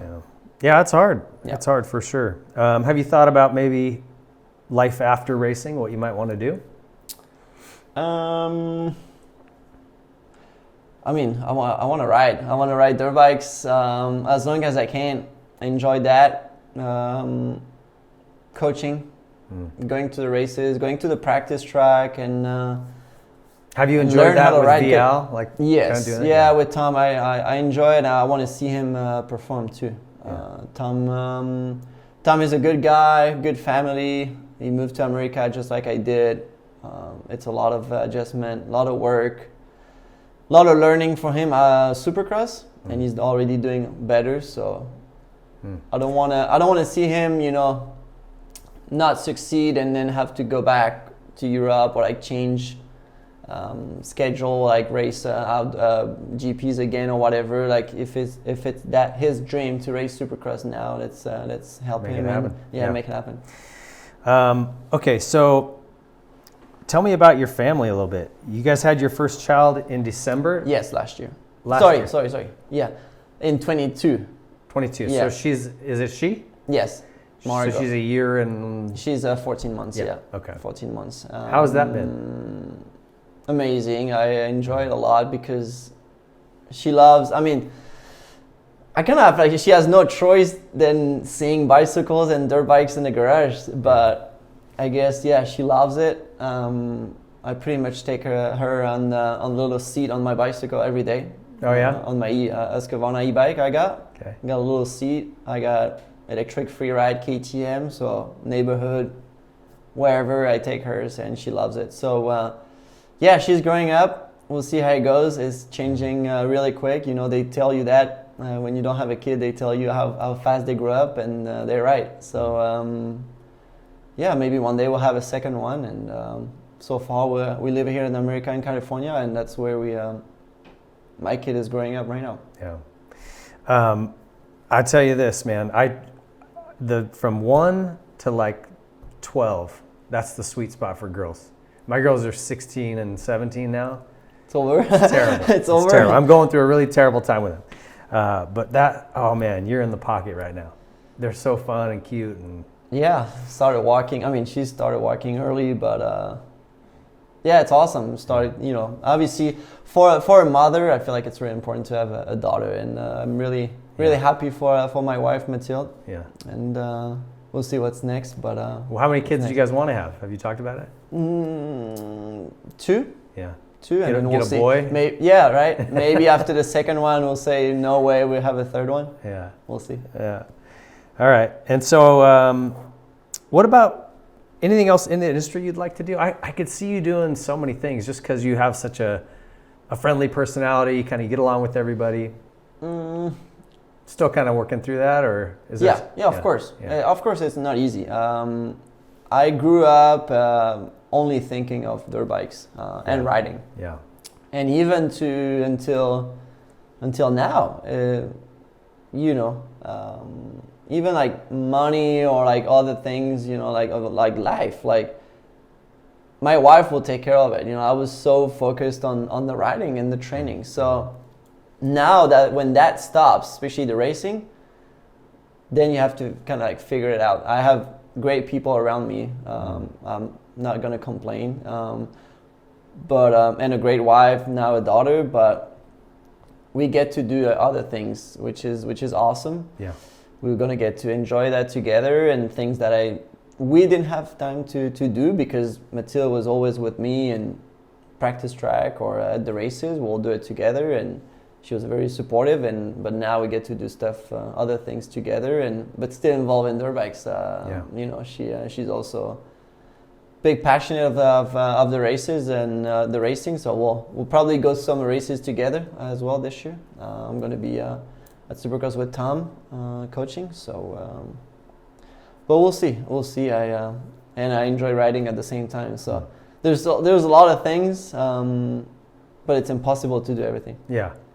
Well, I just talking to a lot of people, and I've just seen people struggle to make that transition out of racing. And it's just, I just tell them, man, you got to find something you're passionate about. If that's coaching guys, awesome, do it. You know what I mean? But if it's just focusing on your family, awesome. But like figure out your next passion and chase it, because there's some guys that just feel lost. Like all I've ever been is a racer, and I don't know. Yes, of course. If I'm not that, what am I? Yeah. So. The other day I went to Glen Helen and did a little race. You didn't see it? On social media, yeah. So a race? Yeah. Okay. So because I have a friend that wanted to do that little race, so he said, "Oh, let's go together." So I loaded up my 250 and I raced Glen Helen.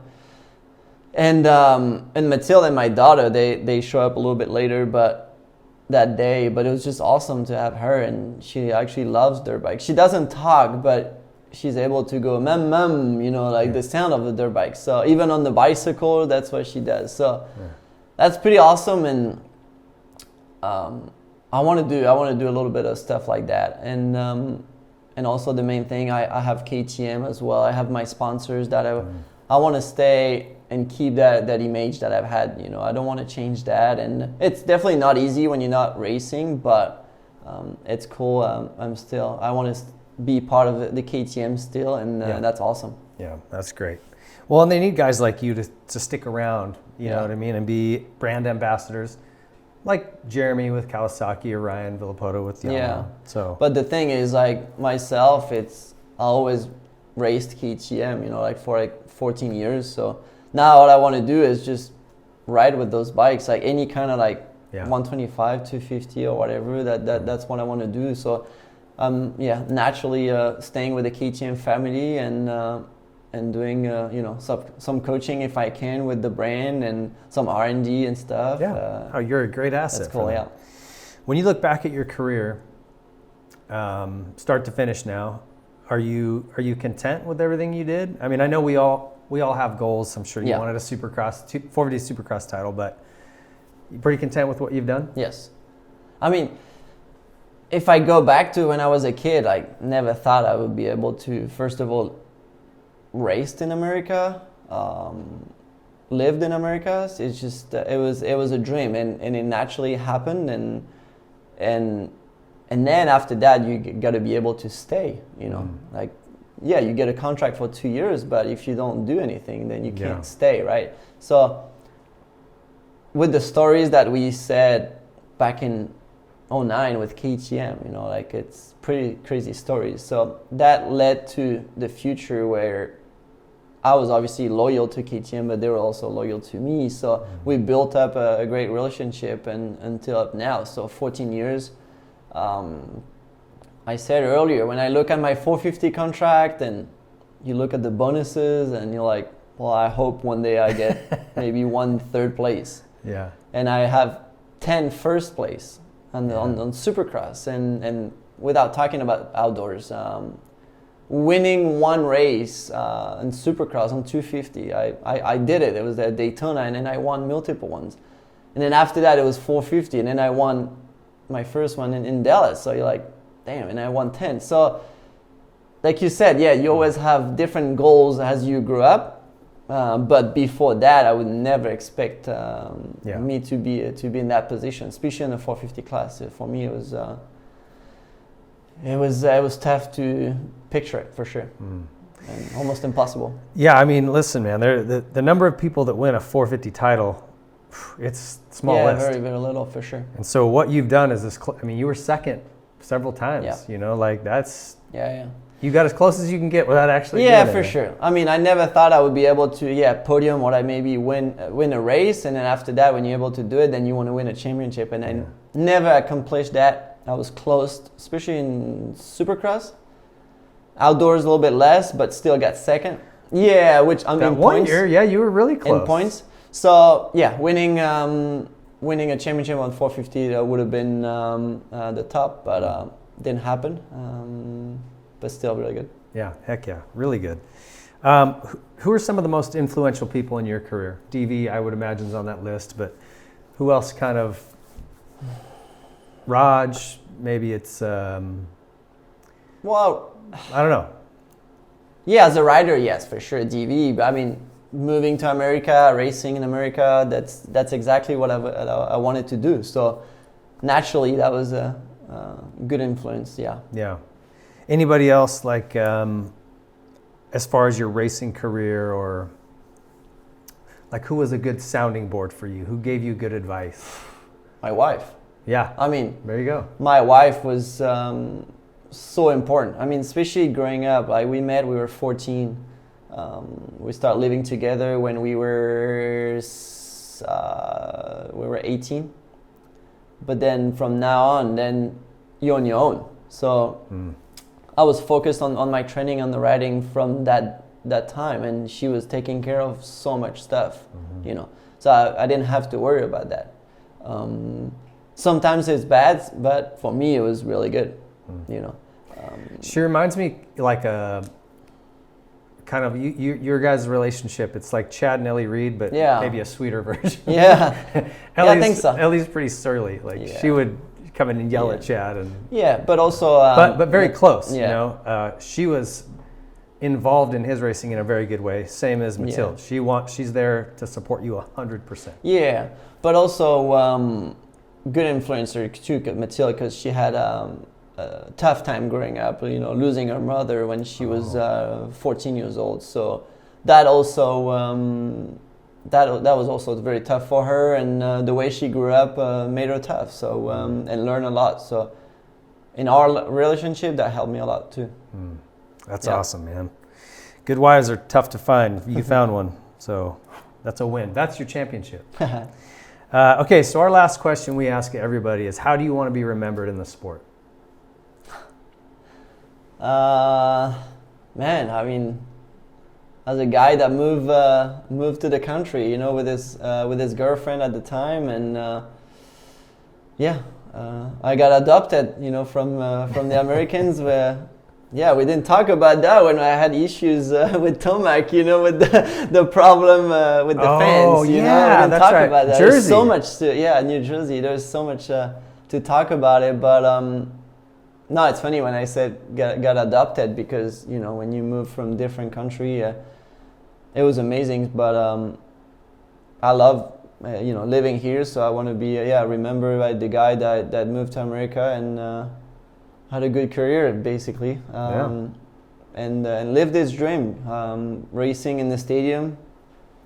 You know, if you want to do it, it's here in America, and it's kind of crazy to think, because when you're young, you watch those videos, and at the end of the day, that's exactly what I've done. So yeah, that's now crazy. Kids are going to be watching you. That's crazy to think, huh? Yeah, I mean, yeah, I'm not going to be racing with my kids. That's something that I wanted to do last year. Unfortunately, I was not able to, but now I want to enjoy still the riding with my kid, you know, and out at the track, but definitely not racing. A little bit of a bummer, but it's a tough thing to do, I think. Yeah. So I respect all the dads who are still racing with kids. Okay, so bonus question. Let's talk about that New Jersey thing, because I actually did mean to ask you. And I always tell people this. Maybe you can put it somewhere else. Well, we'll just leave it right here. Yeah. It's good. But I remember that incident like it was clear as yesterday. You came in and put your bike in the line. You didn't hit him. He actually kind of ran into you. You're being really nice. Well, you're being really this nice. is my opinion of it. I'm like, Marv didn't hit him. Marv got into the line and Eli ran into him. Now, a little bit. No, I mean, like, to me, something dirty is you intentionally hitting him, like torpedoing him, right? I didn't see it look like that. What's your thoughts on it? And what happened? The thing is, I was like, okay, that's the last lap, so I have to try something. I'm not gonna be just watching Tomac in front of me winning the race, you know. Fair enough, he got me. I mean, he was better, he got me. But last lap, I'm right there, and I just said, okay, I'm gonna jump in the inside, and it was a lot of reds in that corner, a lot.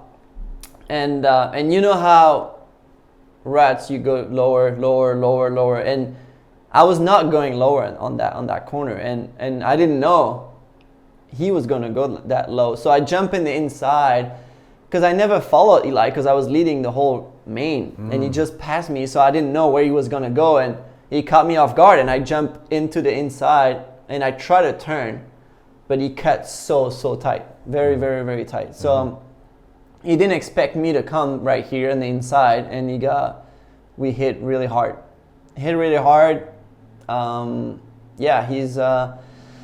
He's a number one guy here in the U.S., you know, and he's American. I'm French. You can't change that, unfortunately. That was really, really tough. Did you get a lot of boos? Yes, a lot, and I regret not talking on the podium, because the crowd was so bad towards me, and I was like, I don't want to talk on the microphone. So, but now when I think about it, I was like, yeah, I should have done it, and just explain myself and what happened, and I wanted to win. I tried something, and it is what it is. We hit. I know Eli was really mad, and I understand that.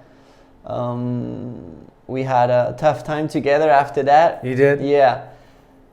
I mean, I talk to anybody. You know, I don't have any problem with riders. I feel like I'm a cool guy, and just I don't want any issues. You know, so that was kind of tough. And I remember after that, I was always trying to kind of like, hey, what's up? You know, try to talk to Tomac and be like, hey.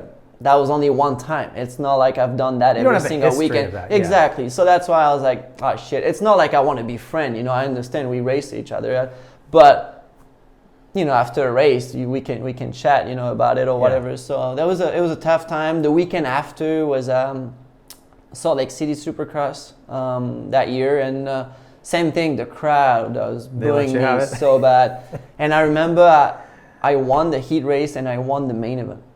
But dude, it gave me, like, the booing gave me like a lot of strength, honestly, because I felt like, dude, like, you booing me, I just hit the guy like once, you know. It's not like I'm hated by everybody, and I did that every single weekend. So it gave me a lot of motivation. It was tough, like opening ceremony, they would say my name, and then they were booing so bad.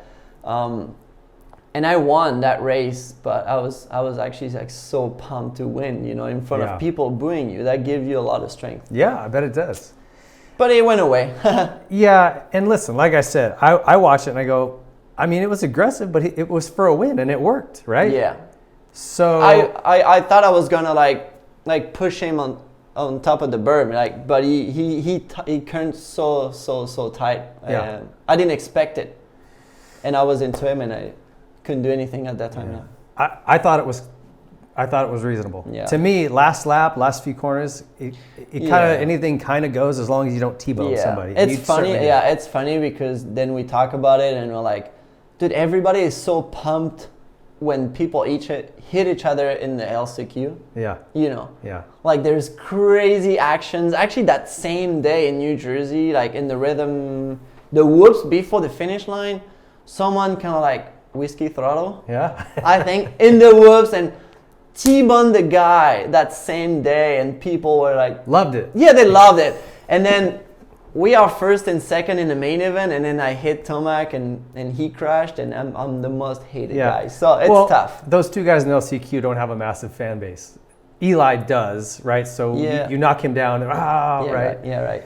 But I want to ask you this too, a little follow up, because Jet's been getting booed after his deal with Jason Anderson, and fans are just fickle, you know, like it doesn't take much to make them mad, and then they're booing you, and it goes away though, right? Like it kind of comes and goes. Yeah, it does. It stayed for a little bit. That same year, going into outdoors, it was also tough. Really? Still? Yeah. Dude, outdoors, a supercross, you don't really see the fans, even though they're right there, you know, in the stands, you don't see them, but like outdoors, they're right there. Yeah, I feel like you see them more, and especially at the podium and stuff, dude, people would like flip you off. Oh, really? Bad, yeah. But yeah, it is what it is. It was a very tough time. Yeah. For a few months. Hey, listen, it could be. Have you watched the Beckham documentary on TV? I don't know if you're into soccer at all, but it's a great documentary. Yes, I have to watch it. He got red carded at a World Cup game, and people wanted him dead. Like, the whole country of England hated him for years. So, could be worse. And that was his own country too. Yeah. No, they were mad at him because they lost because he got a red card. I get it myself. I'm French here in the U.S. And then it was Tomac. So that, in some ways, I get it. Yeah. But anyway, I wouldn't worry about it too much, man. Like I said, I thought it was clean. No, I'm still able to sleep. I'd take Tomac out for a win and $100,000. Anyway, well, listen, man, I sure appreciate you taking the time to come in. You've had an incredible career. Like, when I love doing these because I go through and look at all your results. And like that one season, I'm like, he was on the podium every weekend. Yeah, and that I didn't remember. That's crazy. Like, you've had a really solid run, 2 world titles. I'm missing a win where I had to let Dungy by. We didn't talk about it. New Jersey. Yeah. Follow-up question? Was there team orders on that? Yeah. I mean, Yeah, I mean, I had to, and every single team, even though, yeah, the fans, they hated it. They hated to see that, me letting for a championship, but every single brand team in the world would do that, you know. But when it's against you, you're mad. I get it. Yeah. But, I mean, we talked about it the week before, like Dungey is in a situation where, he's about to win the championship, and you can't show it, you know, really, but at some time you have to do it. And I think Kawi would have done the same, and they tried to do the same the weekend after in Vegas with Josh Grant. You know, Josh Grant tried everything possible. Yeah, so. And Eli slowed the pack down, it almost worked too. Yes. It got to be a mess. And I don't know if it's I don't know what's worse, you know, slowing everything down or like letting one of your teammate by, you know. It's by letting your teammate by, you're only hurting yourself, right? Like slowing the pack down, you're affecting a lot of people in there. Yeah. I don't know. It's part of the sport. Yeah, but that was. Did you get a lot of hate for that too? Yeah. Yeah. Yeah, I still see it on my comments right now to this day. Really? Yeah. No, it's pretty gnarly, yeah. But and that one was tough because I was leading. Yeah. So that's very tough. Yeah. But we saw Savaggi with Tomac at Monster Cup. You remember that? Oh yeah. So we saw it and we'll see it more. Yeah, it's of course, right? If there's a championship coming down to the wire, expect to see it. Yeah, exactly. Was there any regrets from that? Like, would you have handled it differently on the podium? Would you have said, like, I don't know. Sometimes I feel like if you just want them going, you know what? Yeah, my teammate's in the title hunt. I didn't want to get in the way. I let him go by. What are they going to say? Exactly. You kind of take the... Yeah. I mean, look, when it's in the past, but in the present, you're like... It's hard. Yeah, it's really hard. I know. But I have no regrets. It is you got to do it, and like I said, everybody in the world would have done it. Yeah. Well, listen, thanks again. I just, man, I look at you and I think this guy had an incredible career. Nicest dude in the world. You're all, I think you're in a good spot for the future with your baby girl and still being able to ride. Yeah. So, dude, thanks so much for coming in. Thank you. I really appreciate it. Stick around. Hope you guys enjoyed Marv's story, and we'll be back to wrap up the show. I wanna be bad with you, girl, like we're robbing a bank. I wanna be mad at the world, like it took you away. Don't wanna be mad at myself for my stupid mistakes. Hey, welcome back, everybody. I appreciate Marvin Musquin taking the time to come in. Great story from him, and kind of solves a lot of the questions that I had about what happened with that lawsuit with that Honda team, and is he retired, is he not? It sounds like he's probably done racing professionally, for sure. So what an incredible career, what a sweet guy. If you've ever not met him, man, go find this guy at a race and chat with him. He's super friendly and just one of the nicest guys in the pits. So appreciate his time. Thank you guys for watching and tuning in. We've got some awesome things in store. Like I said, we aren't quite finished with the studio here. We've got some things that'll still be polished up and adjusted as we go, but we hope you like the new look, and we are gonna really try to ramp this thing up. So appreciate you sticking around and appreciate you supporting our sponsors. We really take our time to curate these folks and make sure it's just elite level products so that if you buy their stuff, you're satisfied 100%. So appreciate all of them. Thanks for watching. We'll see you guys next time. I want to thank our partners. They wouldn't be possible to even bring this show to you guys without their support, and it starts at the top with Yamaha. What an incredible brand. These guys are willing to, support something like this. They make incredible products. Whether you're talking about new four-stroke motorcycles, they were on the cutting edge, literally bringing that first four-stroke to life with Doug Henry, but still staying true to their roots and making two-strokes, which I just love. And so if you're into side-by-sides, they make incredible generators, they make electric bikes, all kinds of stuff. Whatever you want, Yamaha's got it, and they are absolutely elite level when it comes to reliability, durability, and performance. So support Yamaha, great products, love having them on board. Nihilo Concepts.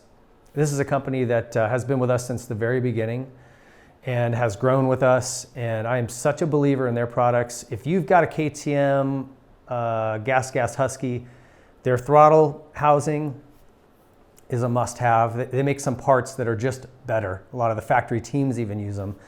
But everything from grip tape, grip donuts, lever grip, the secondary on switch. Now they have a tuning device, which is essential for anybody running a modern 4-stroke with fuel injection. So check out the products Nihilo Concepts is making, great brand. Rockwell, this is a new one for us, a new partner. I'm gonna be wearing their goggle exclusively moving forward and helping them develop it. Right now they have a basic model, but we're gonna develop a really high-end model for them for racing. And I think you guys are gonna be stoked with what we do there. Obviously they have the watches also, and we've got more products coming in the future, sort of another leg that we're gonna help them develop. So a lot of cool stuff from Rockwell. I'm stoked to be involved with them.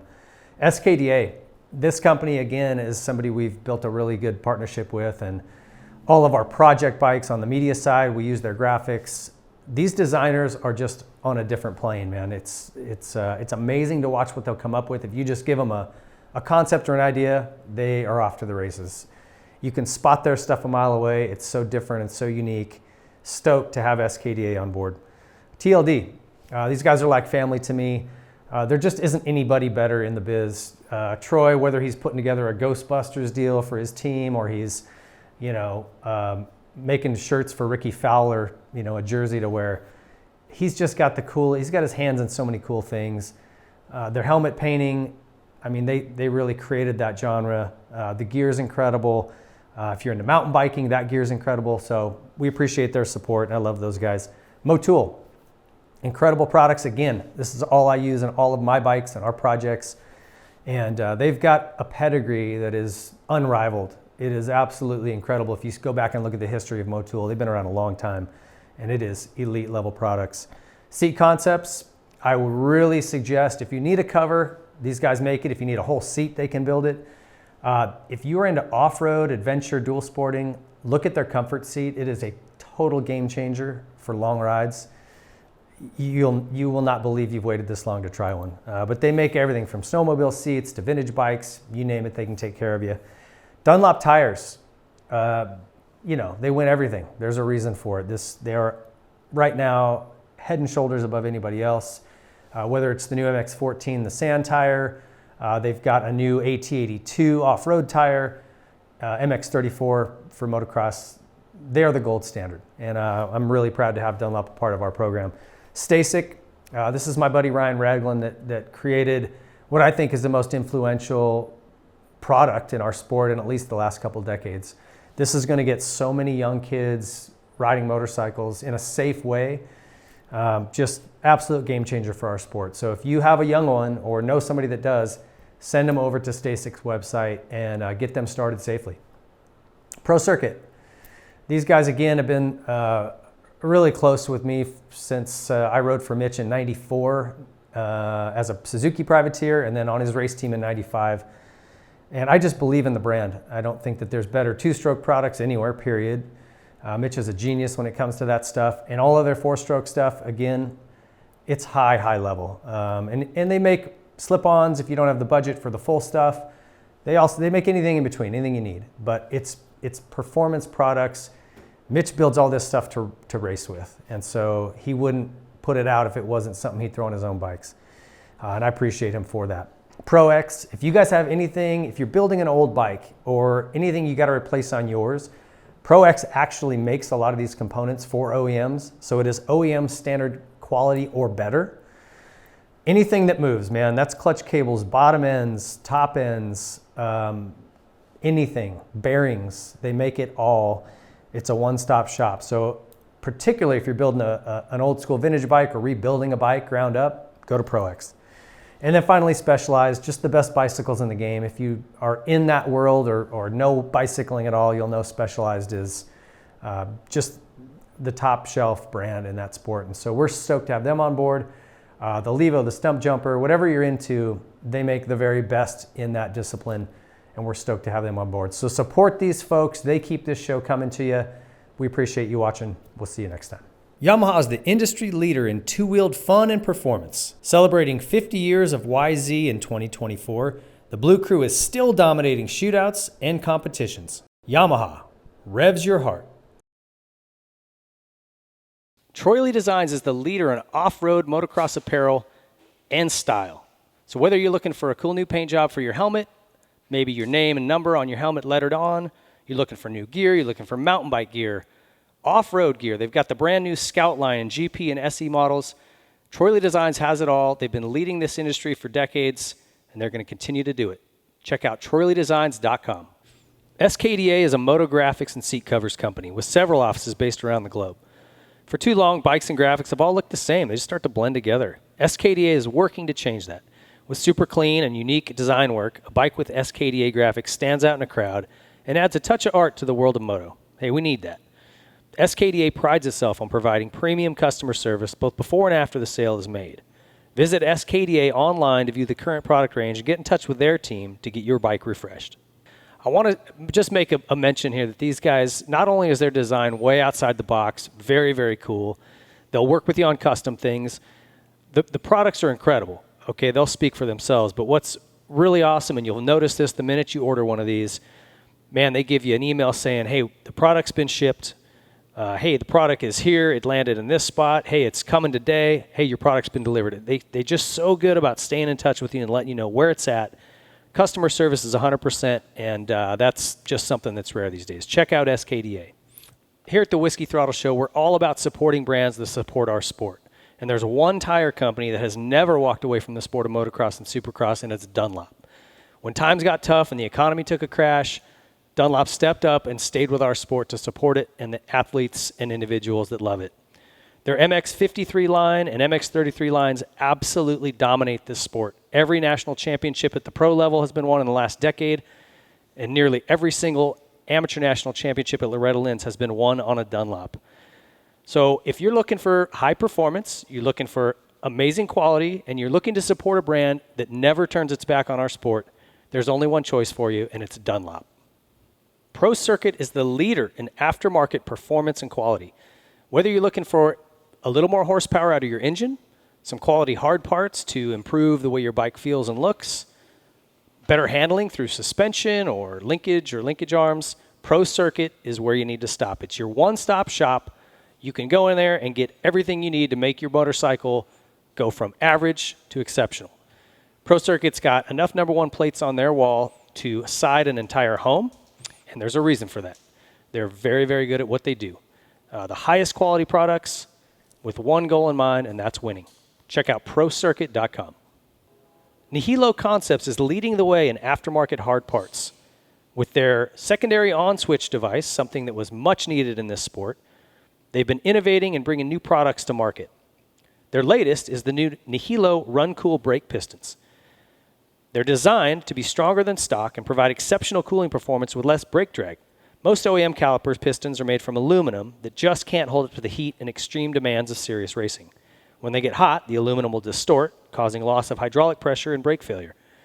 Nihilo's Run Cool pistons limit the area that boiling hot hydraulic fluid is able to come in contact with the piston, leaving 2/3 of the piston volume in open air with breather holes to enhance the cooling ability. It's made of a proprietary stainless blend, which is better at dissipating heat. You have issues with brake fade or brake failure, check out Nihilo Concepts among their many amazing hard parts and carbon fiber parts and titanium. NihiloConcepts.com. Seat Concepts is the leader in motorcycle saddles. If you're looking for a new cover or a new seat entirely, Seat Concepts is the place to go. They make custom seat foams catered to your height, weight, riding ability, riding type. They also have waterproof covers and foams that will not break down if you ride in a lot of inclement weather. And they pride themselves on being much more comfortable than OEM or any other aftermarket company. If you're looking for a new seat or a new cover, Seat Concepts, there's nothing better. Need to replace something on your bike that's worn out? Look no further than ProX. These guys aim to make everything OEM quality or better at an affordable price. And they've also got some new products coming. So right now, chains, sprockets, anything inside the engine internally, air filters. If it wears out, ProX makes it, and they make it at a quality level that's OEM or better. And they've got some new things coming that are awesome. A complete engine rebuild kits for the Polaris RZR 800s. Need to replace something on your bike that's worn out? Look no further than ProX. These guys aim to make everything OEM quality or better at an affordable price. And they've also got some new products coming. So right now, chains, sprockets, anything inside the engine internally, air filters. If it wears out, ProX makes it, and they make it at a quality level that's OEM or better. And they've got some new things coming that are awesome. A complete engine rebuild kits for the... If you've got a little Grom that's looking to get started in the motorcycle world, the best way to get them going is on a Stasic bike. They've got multiple sizes, so from your very young Groms to those who are a little more grown up, you can start them safely. They've got controls that allow you to control the speed so he can't get going too quick. They can touch the ground. There's not a lot of noise to distract them. It's the perfect way to get your child involved in motorcycling at a very young age. And if you've got a kid who's already out ripping, there's series popping up all over. For those of you in Southern California, go to www.ameminicross.com and join their local series. If you're outside of this state, contact your local track and ask them about starting a Stasic class at your local track. Get over to stasic.com and check out all they've got going on. Motul USA, we lean hard on these lubricants to keep us on the track and on the trail. And Motul has proven their quality over and over, most recently with their Dakar win with Ricky Brabeck. They're sponsoring supercross teams. They're diving into our sport again full throttle, and we're stoked to have them on board. Amazing products, top to bottom. Motul USA, go check them out. And finally, last but not least, Specialized Bicycles. If you are in the market to start pedaling, this is where you want to start. They've got great entry-level bikes all the way up to the Cadillac, the new Levo e-bike, anything in between, man. It doesn't matter what kind of riding you're doing. Go check out and start with Specialized. Don't waste your time on something that's going to break. The derailler's not going to shift after a couple months. Get something quality.